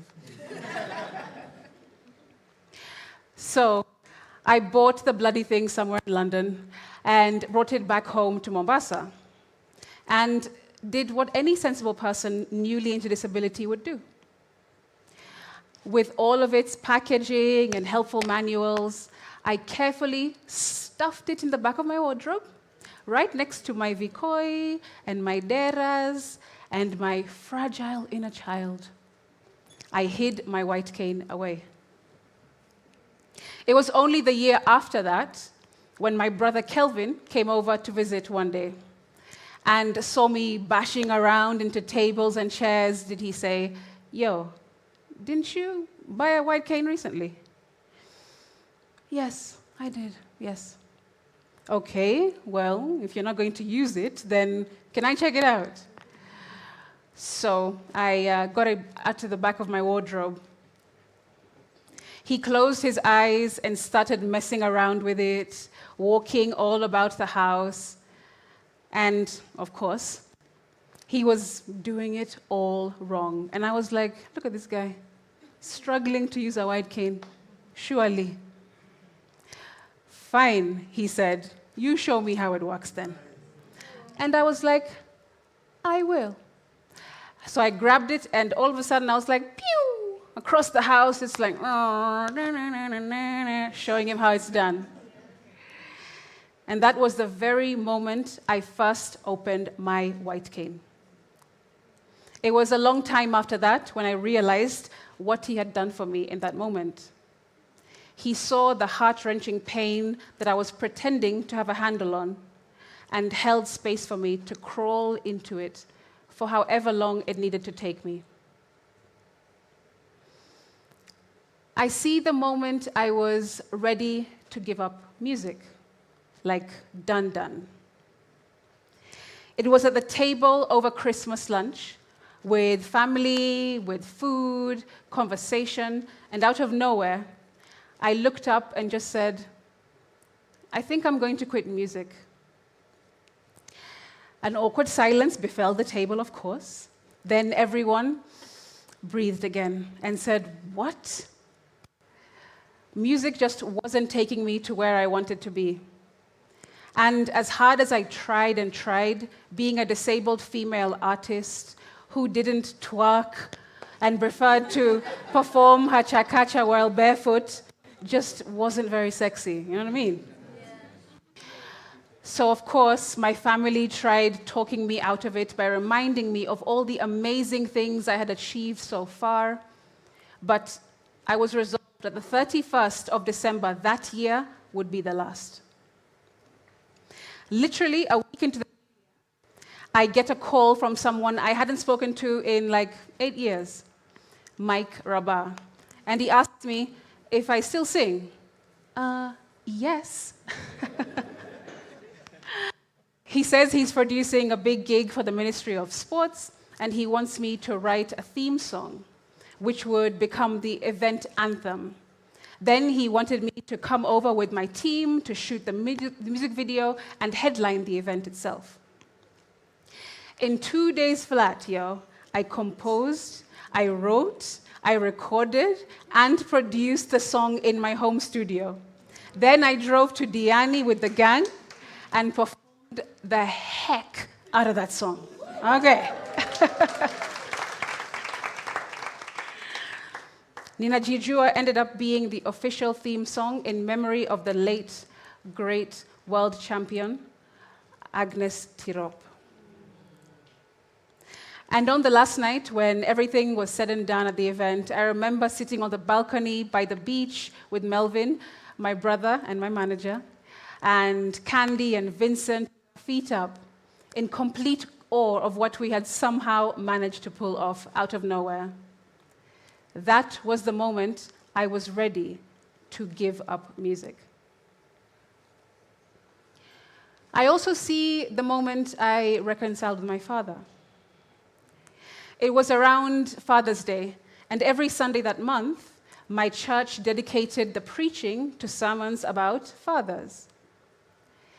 I led the worship team there at the time, so after church, we would stay back until every chair was cleared in the auditorium was empty. I got a ride back to my parents' house and rummaged through their fridge for some leftover lunch. My dad was sat at his usual spot at the table, and we were in total silence, which, by the way, was normal because we hadn't had the best of relationships basically forever. You see, since I was a kid, my dad was quite a distant man. He didn't show affection. He had his favorite child, and the rest of us just spent our time steering clear of his acute criticism, anger, his sharp words. Most anything could set him off if we weren't careful. Nothing I did felt like it was ever good enough. Not my grades, not my singing at church, not my awards at prize-giving days, not my leadership positions in school, not my carefully handwritten letters or cards to him on special occasions, and definitely not my tiny bits of affection from a little girl to her father. And when I came of age with a moderate amount of confidence and began to stand up to him and sheepishly leaning to the debates, let's just say my mom would busy herself in the kitchen and only came out once the dust had settled. So that Sunday afternoon in 2022, with pin drop silence, which was normal, we paid each other no mind. And I sat on the dining room floor, as I always do. I put on a YouTube video and quietly ate my lunch. As I stretched out and laid on the floor after that, I remember reflecting on that day's sermon about forgiving our fathers. In that moment, I remember feeling convicted to say something, but I talked to God and said, I can't start this conversation. I don't even know how to start it because I know him. He will interrupt, he'll dismiss, he'll criticize, he'll defend, and eventually yell me down. But if you open the door, God, I promise I'll step into it. And I kid you not, within like 5 minutes, I had a soft, Chris, are you busy watching your videos? I was like, no, Dad, what do you need? And in that moment, he just started talking. I don't know how, but he opened up his heart. He was about to go to town that afternoon, and the taxi was outside waiting for him, but he then spent an hour and a half just talking to me in the dining room. And he made himself accountable to stuff. He shared stuff from his childhood, from when he was a young parent and husband. And though he conceded in some areas, he did admit to others. And you know how, if you could maybe measure open-heartedness and vulnerability from a scale of 0 to 100, 100 being absolutely heart on your sleeve, my dad was sort of at like 12.25. But for him, that was a big deal. And I really appreciated his effort in that moment. I imagine he had a vulnerability hangover for a few days after that. But that was the moment I started afresh with my father, whom I love greatly.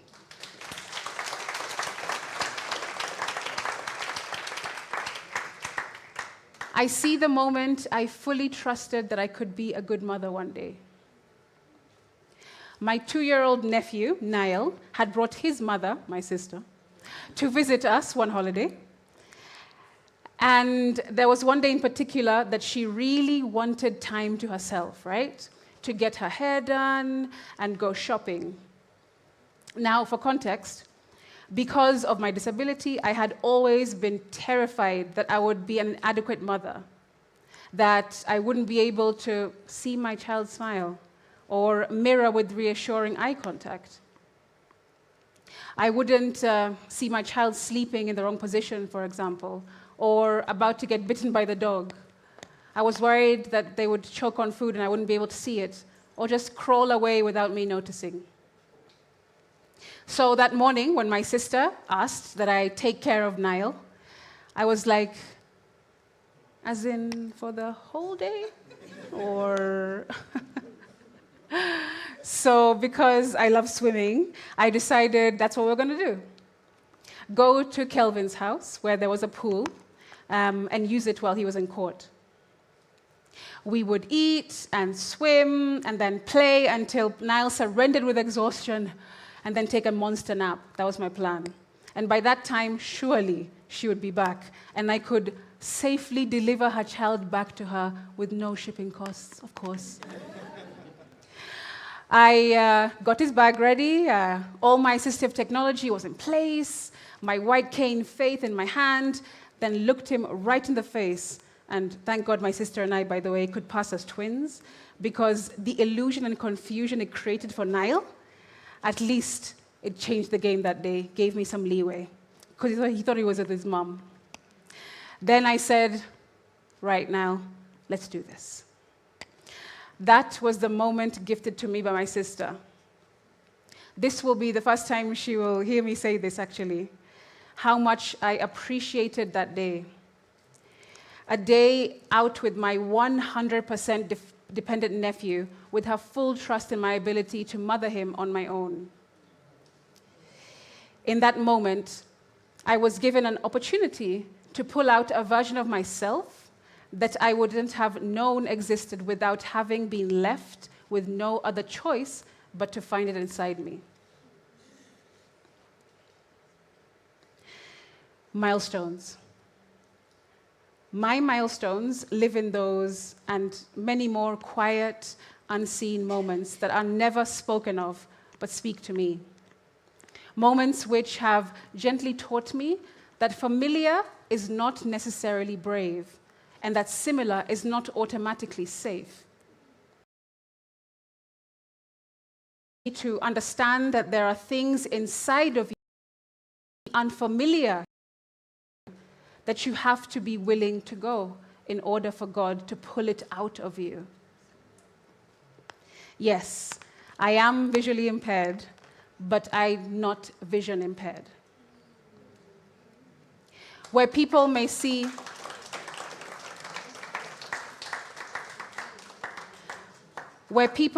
loss, I see freedom. You may see what is gone, but I see what has been given. Where people pity the pain of disability, I play in the moments of pleasure. And although many of our cultures still believe our lives are a waste, I see our lives as a treasure. Hand on my heart, this point of view that I've been given through my disability is sublime. You should try and just close your eyes and you'll be able to see it. Thank you very, very much. Shukran.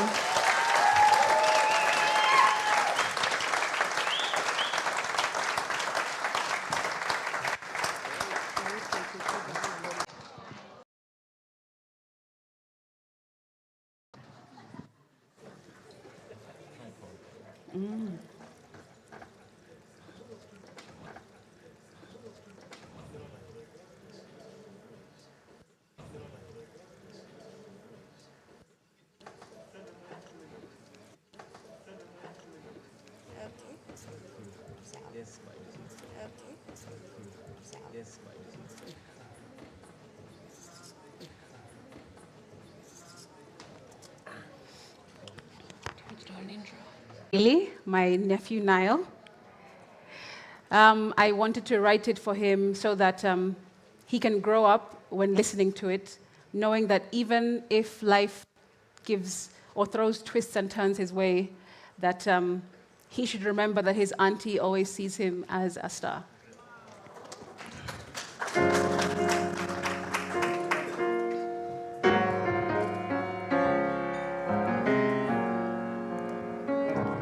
Every saint, they have a past. Every sinner has a chance.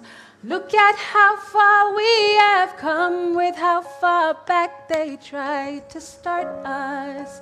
The night is dark, but twinkle, twinkle, you're a superstar.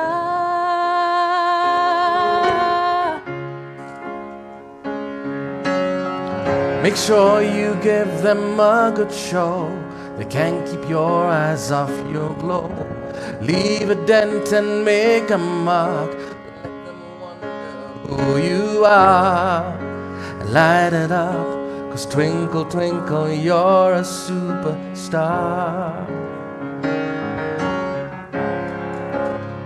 Why continue to cry when I can speak all of me? But existence broke the mold of me. Another kind like mine you'll find cannot be made quite like this. Some pages will burn, no matter how much it might hurt, others will burn. But it's better together than I. So let them cut right through the air. Let them point and let them stare. After all, we're something rare. Almost lost my beat, yes. Close to losing all of me.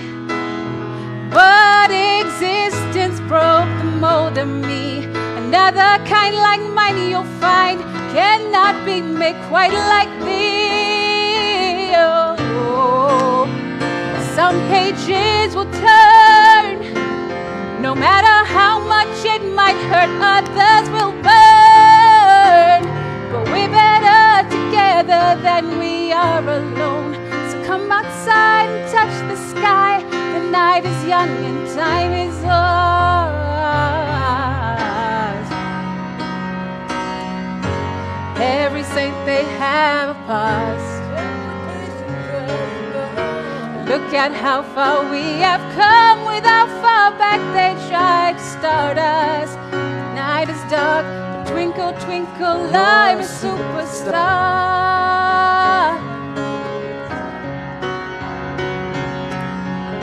Make sure you give them a good show. Leave a dent and make a mark. Don't let them wonder who you are. Twinkle, twinkle, you're a superstar. You're a superstar. Light it up, 'cause twinkle, twinkle, you're a superstar.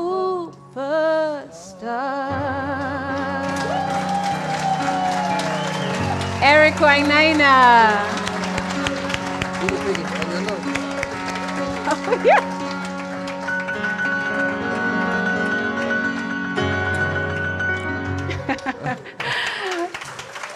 That last note was my only job here.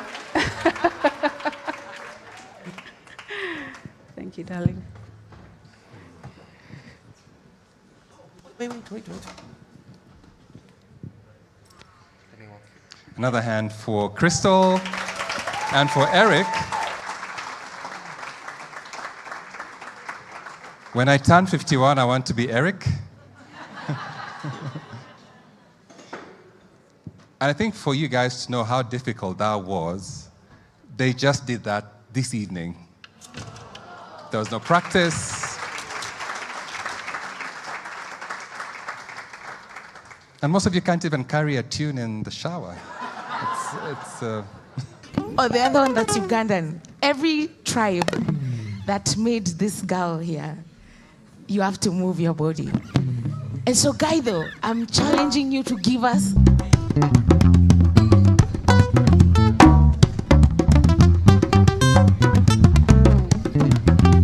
Mangat kat nyama wambi bugru bibahi bugu so manu manu da panget mama ne wayam da mayam mangat kat nyama wambi bugru bibahi bugu so manu maniliki ka mabirum pagumpa de wayam da mayam mangat kat nyama wambi bugru bibahi bugu so manu maniliki ka mama ne wayam da mayam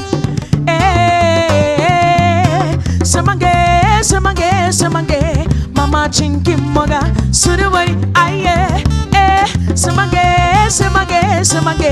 manu shama jamukura, ambagu jani aye, mangat kat nyama wambi bugru semange, manu Shama Jamukura, Abakuchan, aye, eh.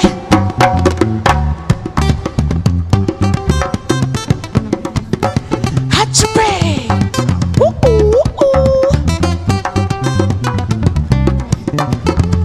Mangat kat Yamawambi Bugurbi Bai, Bugusu, Manamaniliki, Mamane Wayam, do I am Dangi, Amalere Makikirama, Wawuna Bibogoyo, be one big and bichigini, Chikangi Kuni, Amalere Makikirama, Maniwa, Wanima, be one big and bichigini, Chikangi Kuni, Amalere Makikirama, Wawuna Bibogoyo, be one big and bichigini, Chikangi Kuni, Amalere Makikirama.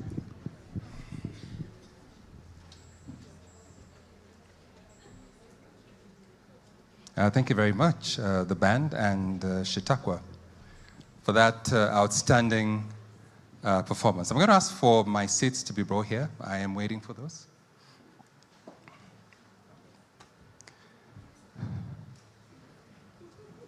It's over there.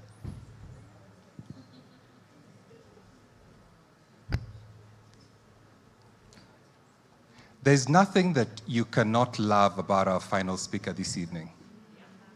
There's nothing. I tried. Have you tried not to love someone and sort of failed miserably? First, there's something about when you see her running.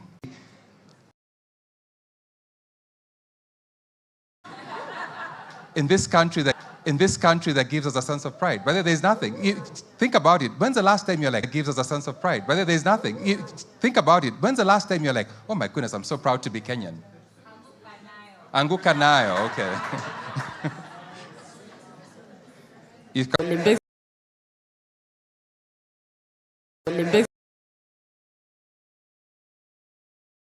I'm always fast in everything, so I hope I will not be fast today. No, in fact, Yeah. I was talking with Faith yesterday, and she was saying she can run with her feet, but she can't run with her mouth. And at that moment, there was like a quotable quote. I almost put it on Instagram, but then I was like, hey, I don't want to steal that quote. I want to know. And in many ways, many things, these fantastic people, okay, some of them are fantastic. Most of these people would want to know. But where does your story start? Just tell me something about growing up. Just something about what sort of family did you come from? Tell me something about your parents growing up. Where did you grow up?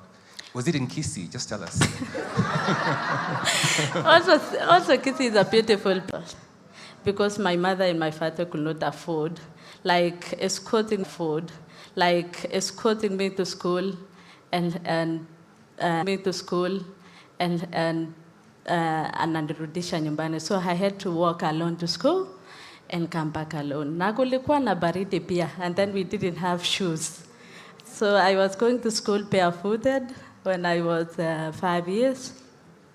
And then that is normal life for normal young girls inside the village. And with the background of my family, they could not afford to just have very good shoes like this. I decided to go and stay with my sister when I was in class 1. When I was in class 1, so I was with my sister and going to school. And in grade 3, I started running from my sister's place to school. Na nilikuwa mchanja kidogo. So when I was in school, nilikuwa nakimbia kidogo school competitions. So nilikuwa nimeanza school competitions, but haikuwa really serious ile yenye unaweza sema nitafika district ama provision ama nini. But ilikuwa ile yenye unaanza kukimbia shule, unaambiwa, hey, you are very best girl. Alafu you are just normal student. Lazima ufuate discipline. Ningefika shule nimechelewa, natandikwa hapo kidogo. So nilikuwa nakimbia nikichelewa. Naambia mwalimu nilikuwa nafanya 1 2 3 because he and she knows my family background. So alikuwa ananiambia because nowadays you come very close from your sister's place to school is very close, so you have to run to school ukwe number 1 because ukiwa na students wengine normal, it's normal life. So that is how I started. And Charlie, that's why nimewaambia, it can be a world record, nikiwaambia.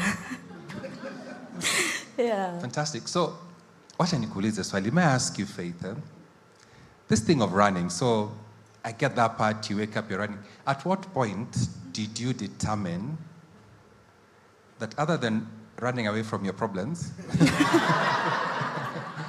or running to school, this is something I think I can do? You know, at what point did you establish? Were you like, hey, wait a minute. Like, what was your first race? Do you remember the first time you decided to run? But did you ever run for fun? Did you ever wake up and decide, leo tu nitakimbia, najisikia kukimbia? Tell us about that. No, actually, mimi ni kama I find my own ways after venye nilienda kuishi na my sister. It seems like I find my own ways. Venye nilianza kukimbia hizo za shule nikapata coach alikuwa anaitwa Charles Ngeno. Akanidiscover akasema, hey, this young girl can be a very good athlete. So ningeenda school competition nianze kukimbia ya Omanyala 100 meters, 200 meters, paka 10,000 meters. Na yote sikuwa na win. Nilikuwa na kuna wasichana walikuwa even stronger than me, lakini sijui walienda wapi. So zingine nilikuwa nakuwa number 2, zingine number 3. And then huyo coach akakuja kunidiscover, akaniambia, because at the moment sina camp. So what we will be doing, you will be staying in your sister house, alafu unakuja tu ni kucoach. So where my coach was staying, his house was about 10 kilometers away. So I had to run from my sister's place to coach place, alafu niende nipatane na training nyingine huko na nirudi tena kukimbia to my sister's place because ilikuwa we were still young. That is 20 kilometers. Na unaenda kupata ingine huko. So you cover around 30 kilometers. So that is what I do, what I did. Kwenda na kurudi to my sister. But that's why I told you guys, nilikuwa mchanja. So nilikuwa naambia in-law yangu, unipe simu niende juu hakukuwa na stima nyumbani. Hakukuwa na stima kwa my sister. So nilikuwa naambia my in-law, unipe simu yako, niende nikuchachie, alafu nikurudi, nikulete. So nilikuwa nakimbia hiyo simu naacha in the middle. Naacha kwa katikati ya 5 kilometers na 5 kilometers. So nilikuwa naenda kuchaji simu na niende mazoezi. Nikirudi nakuja kushika hiyo simu, ilikuwa Motorola. So naanza kuacha kukimbia. Nafinya kufika nyumbani moto imeisha. So naambiwa sasa, what did you do to the phone? Sasa ulichukua charging ndio umerudisha ikiwa 0. So hivyo ndio nilikuwa nafanya. Alafu my coach alini support sana. So nilikuwa naenda huko, akiona nimekava distance mingi ananileta na pikipiki paka home. But I really thank him a lot.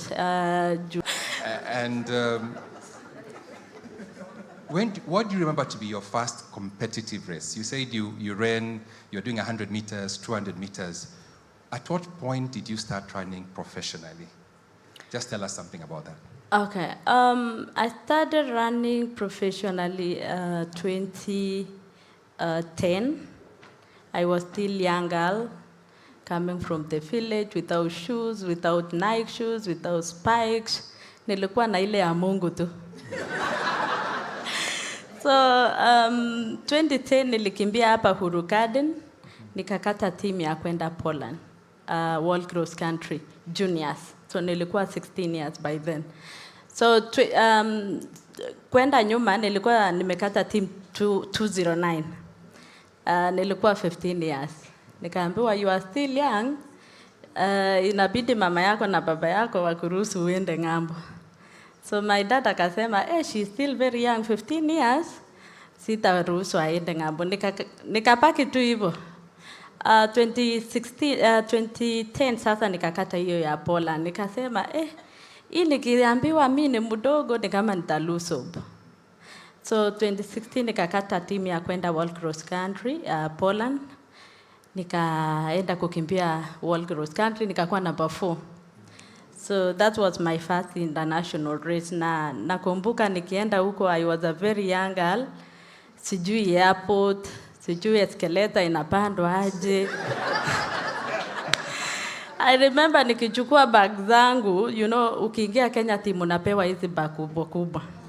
So it was my first time, unaona trolley, at the same time unaona escalator inaenda. So nikajiuliza, how am I going to carry these bags mpaka huko juu?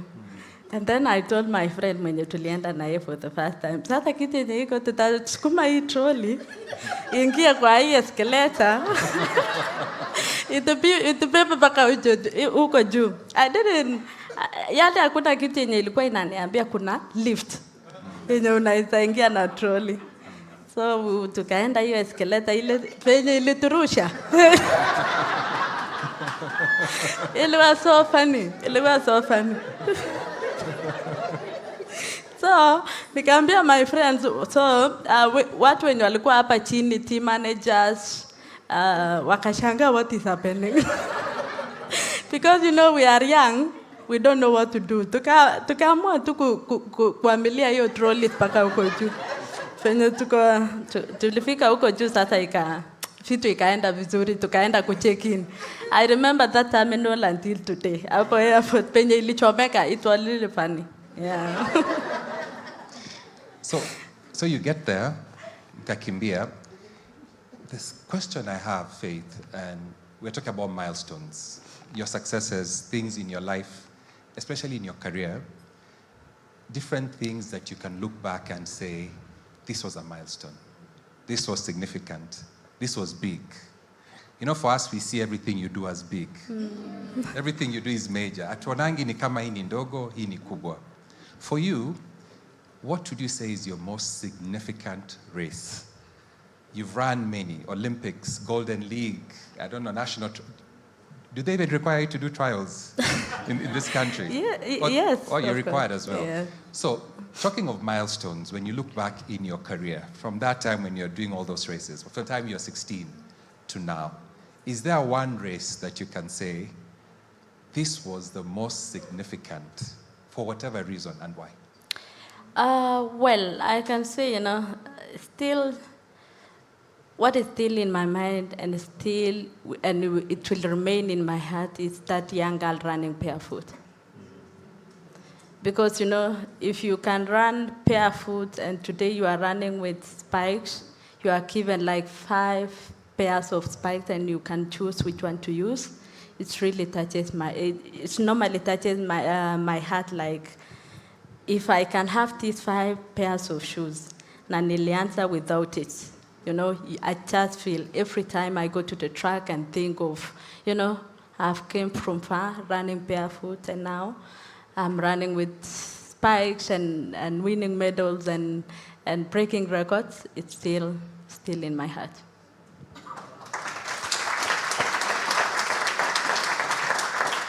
So the question that's in my mind, I'll give you an example. When I ran my first when I ran my first 2 kilometers. So what does your workout regime look like? Because for a lot of us, unapata mtu ameenda gym siku moja, amesubiri siku zingine 5, ndio anarudi. What would you say? Tell us something about your workout regime. What does your typical day, ukiamka kila siku, what does that look like? My routine is very tough. Every morning when I wake up, I start praying God to give me health, to stay strong, to finish the day. So my routine starts at 5:40 a.m. I take my bag, nachukua bag yangu, naeka nguo za mazoezi. I get into my car, I go to training, where my coach Patrick and Eliud are now I join, whether it is in Kaptagat or in Kipchoge. So we normally have different tracks to go. So I go to training 6 in the morning until 7. And then 7, I take breakfast. Kila chai na mkate. And then at around 10, we have exercise, or let's say it's on a Monday or Wednesday. We have the exercise at 10. At around 11:30, we have lunch. Let's say 11:30 to 12, we have lunch. In the afternoon, around 3, we have Israel, which is about 10 kilometers. You can... Nilijua tu mutacheka because I know 10K is not easy for you guys. That is very hard. So for us, we do about 20 kilometers in the morning. And then in the afternoon, we do 10 kilometers. That is easy run. That is easy run. And then in Gioni, it's time for supper and rest. So we either take a book and read, or you just go to bed and sleep, wait for the next morning. Yes, the same. Fantastic. So, Faith, I imagine there is many athletes who do this kind of thing. Yeah. They wake up early, they work out, they come take breakfast, they rest, they go back, they do an easy run, they rest. But not all of them are champions. So there must be something else in your own experience that differentiates you. What do you think? And this is for the sake of Mike over there, because he wants to pick a few tips. What do you think is the most important thing for you that when you look at your career, what is the differentiator? What separates you from those Ethiopians? Well, I can say what differentiates me is discipline.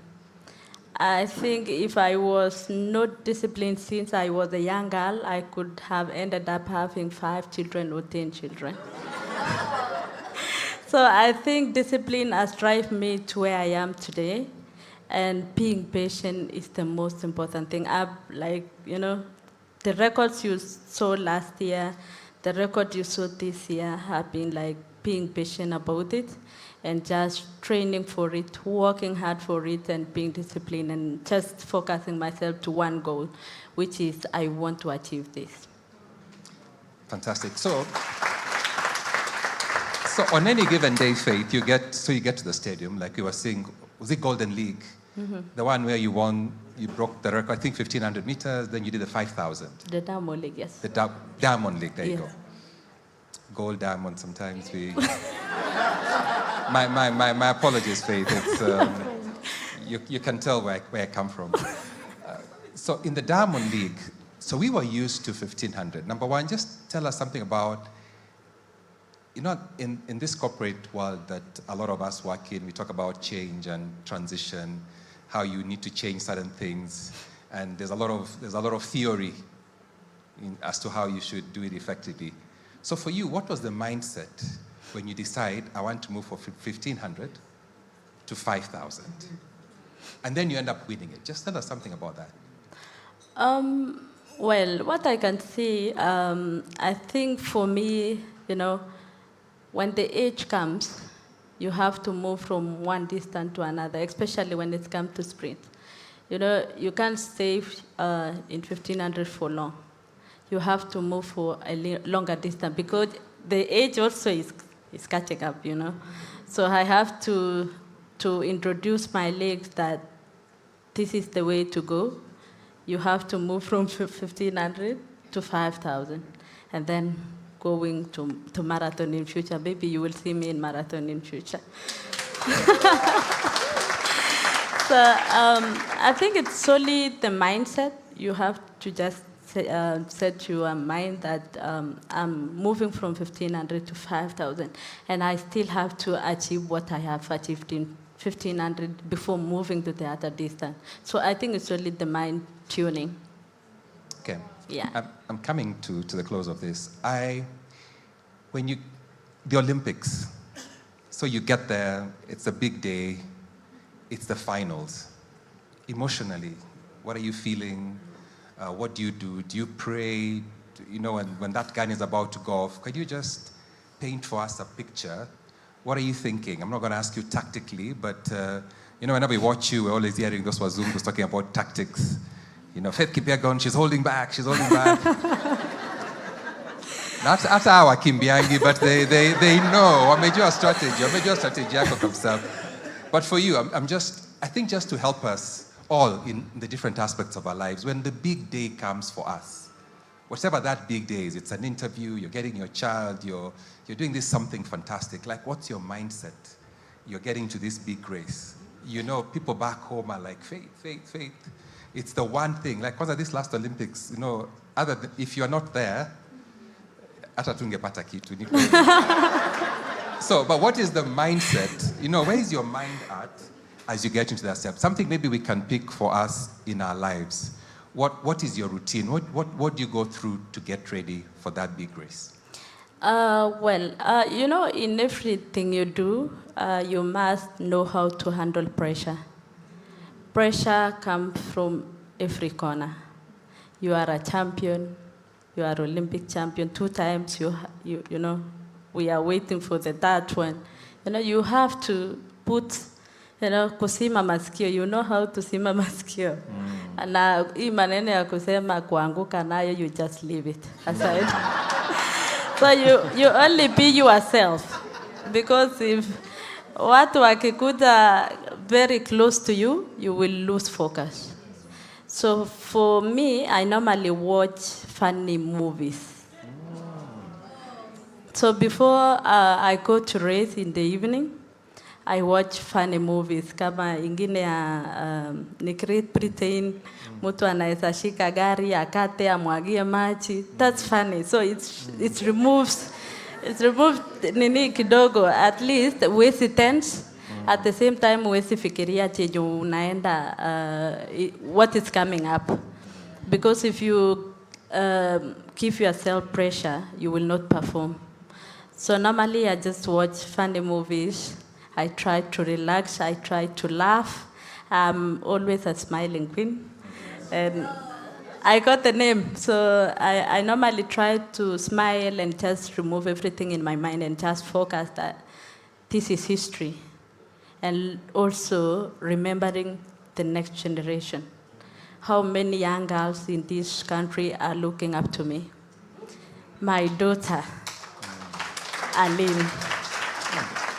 It's like, Mom, are you going to bring the gold medal today? Because I remember when I was in Paris Olympics, I started with the 5,000. And with the 5,000, it was with a lot of drama. And then I got the silver medal. That evening, I didn't sleep. My daughter cried the whole night. Because she was like, Mom, what happened? You got the silver, I want the gold. So she cried the whole night, but the following day I had the hits of 1,500. So I had like, I have to put myself like, I have to do this. I have to make my country proud.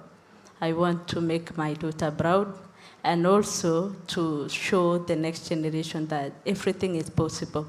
No matter the background of your family you are coming in, you can still do what you can do in this world. So the next morning, I went to 1,500 hits, but I was exhausted.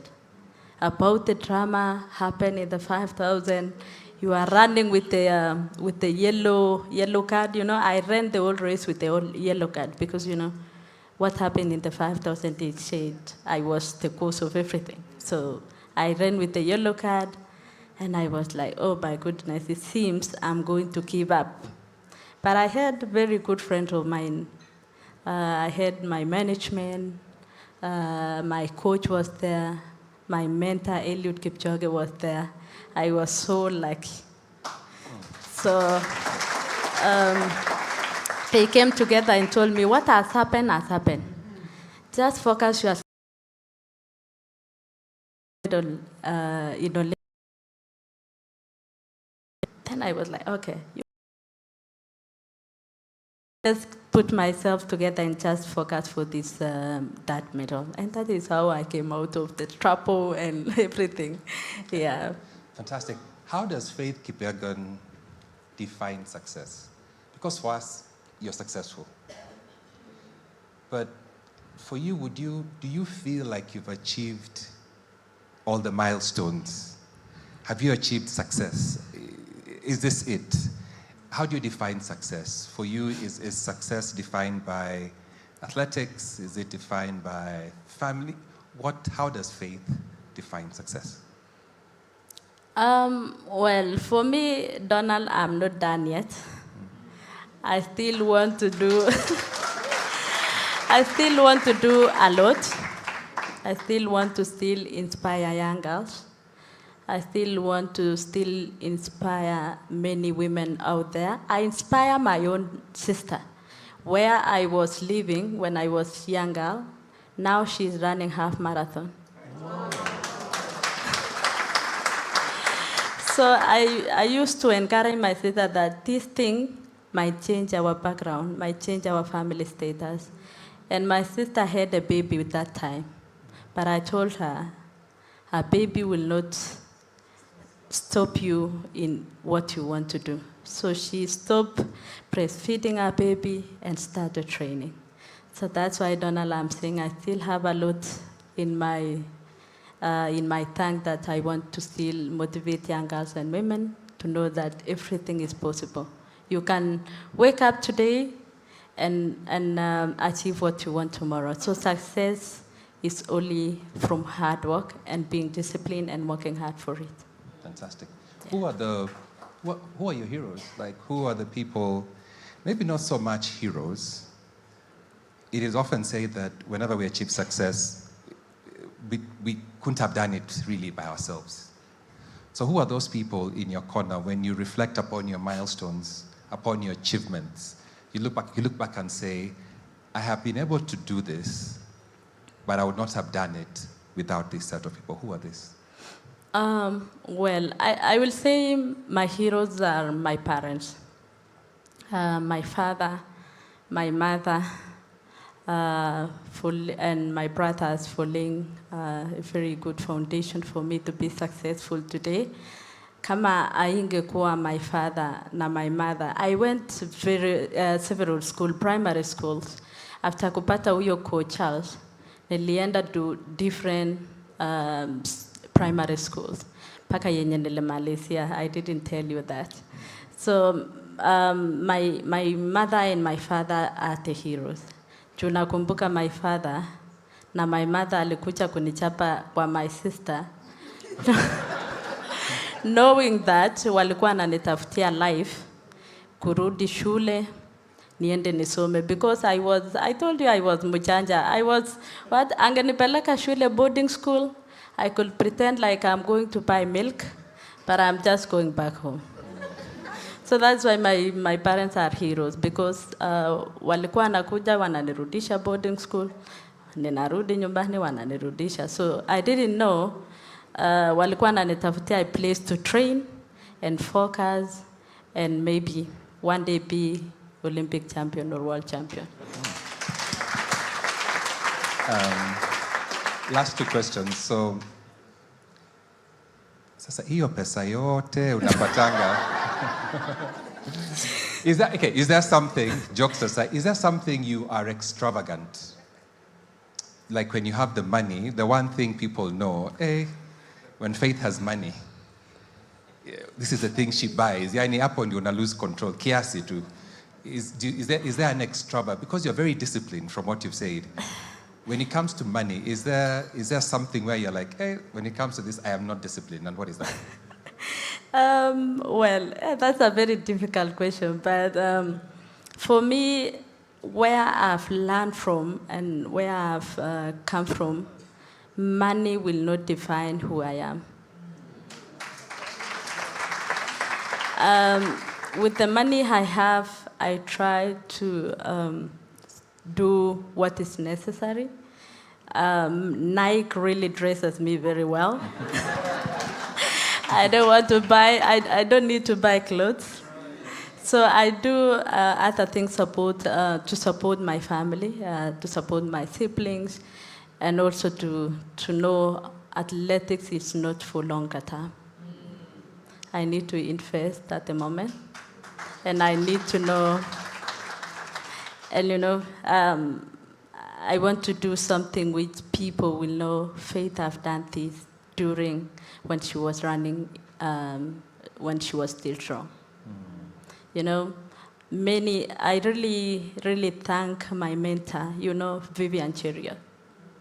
Vivian, since I saw her, she was a younger like me. She was also very short like me. And she's still short, she's not. So, Vivian have been like really good mentor. She have been telling me that, career, this running is not for a long time. You have to invest and do other things. Yeah. So back home, my children always point out that I've got daddy jokes, the ones which are not funny, and some people are agreeing. So I know you told me something about your hubby, about your husband, and the level of support is. First, I just want you to tell us something about him. And is it true that when he married you, he said, "I now have faith"?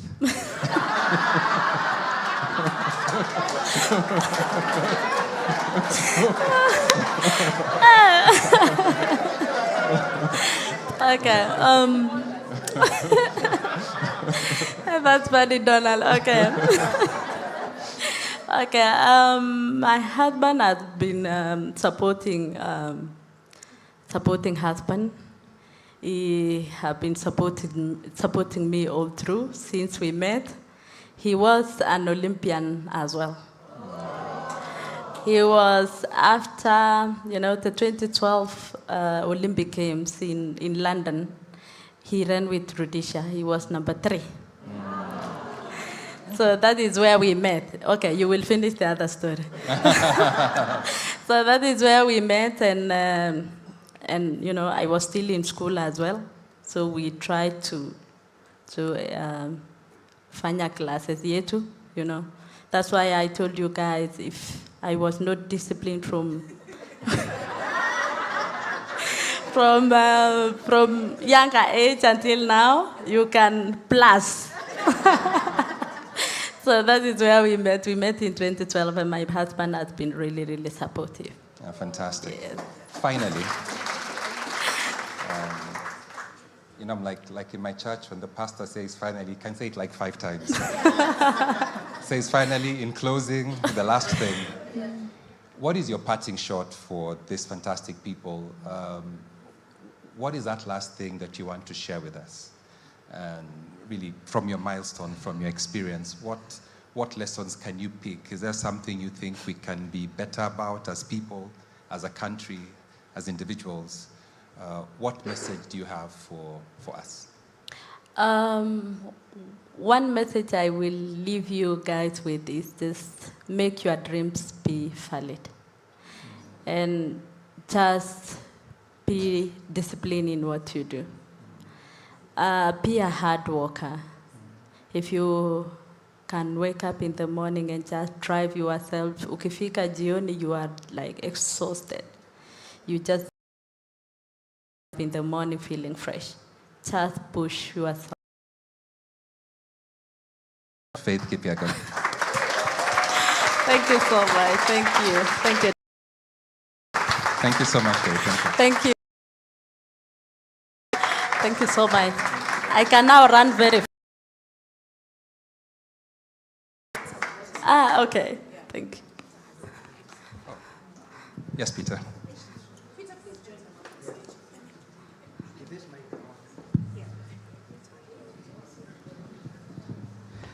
Yeah, so I won't summarize what Faith has said, because there's no way of summarizing, and she's told us she has another probably 10 years or what, or that period.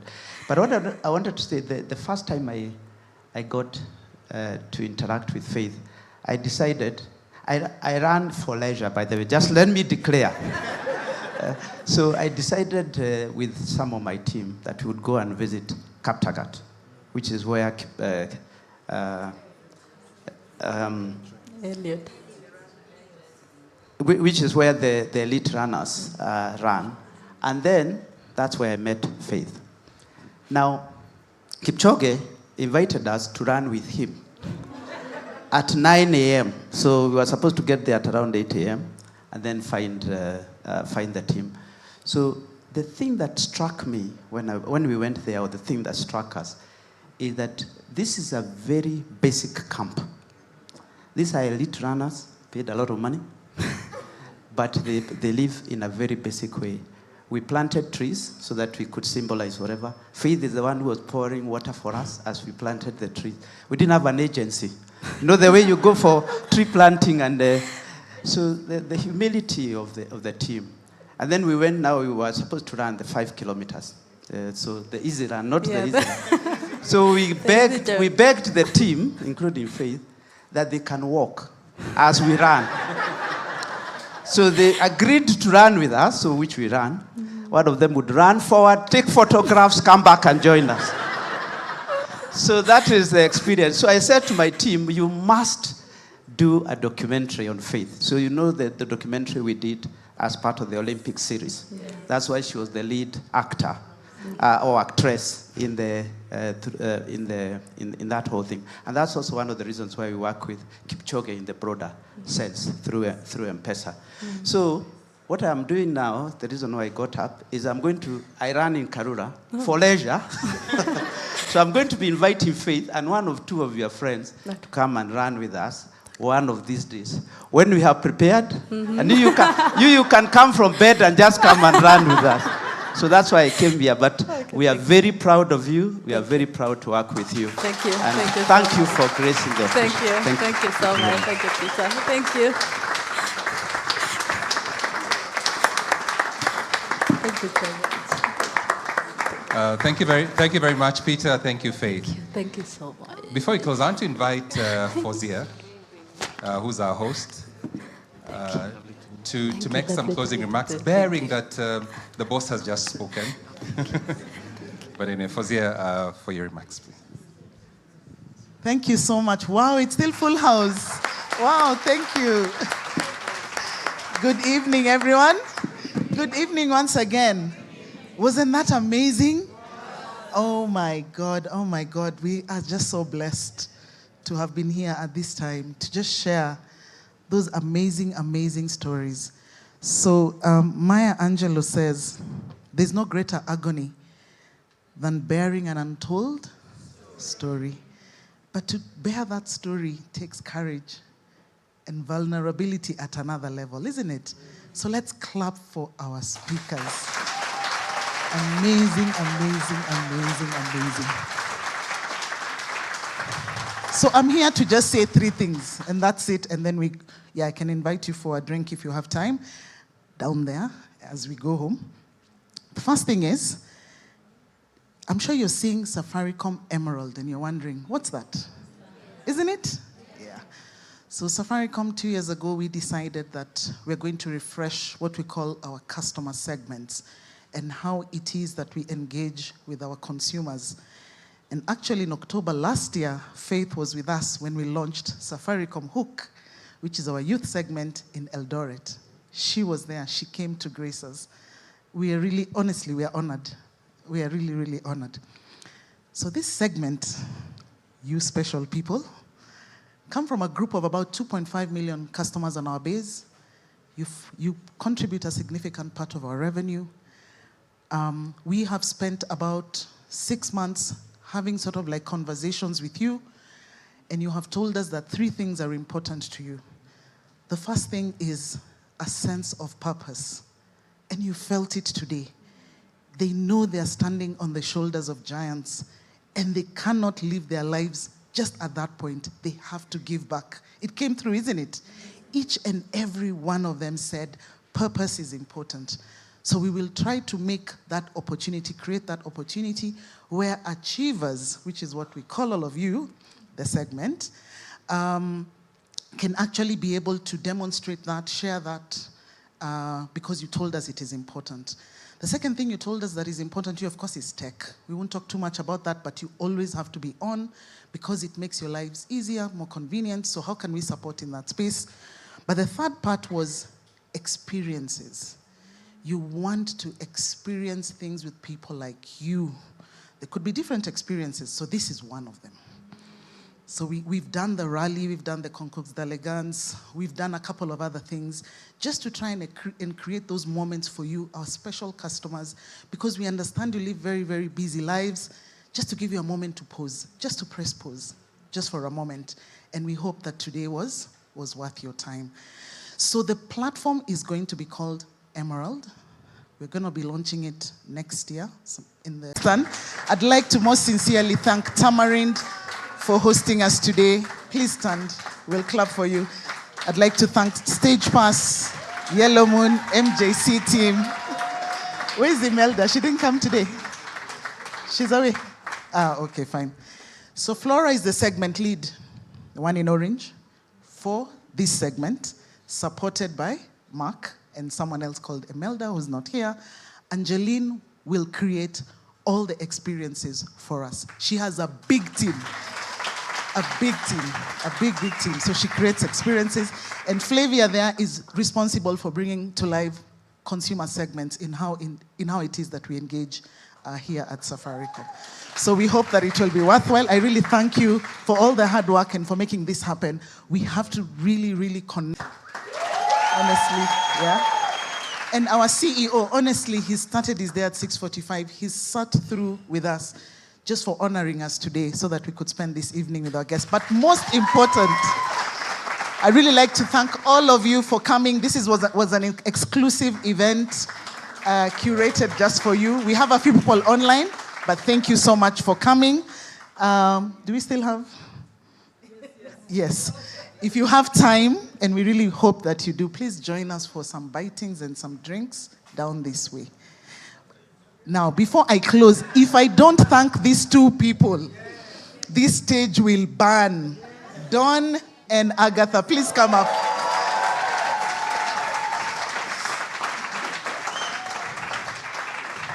So we deliver experiences through partners. So this is one of our partners who has helped us curate this event. We really thank you. Please have a good night, and please join us if you can. Thank you. Thank you so much.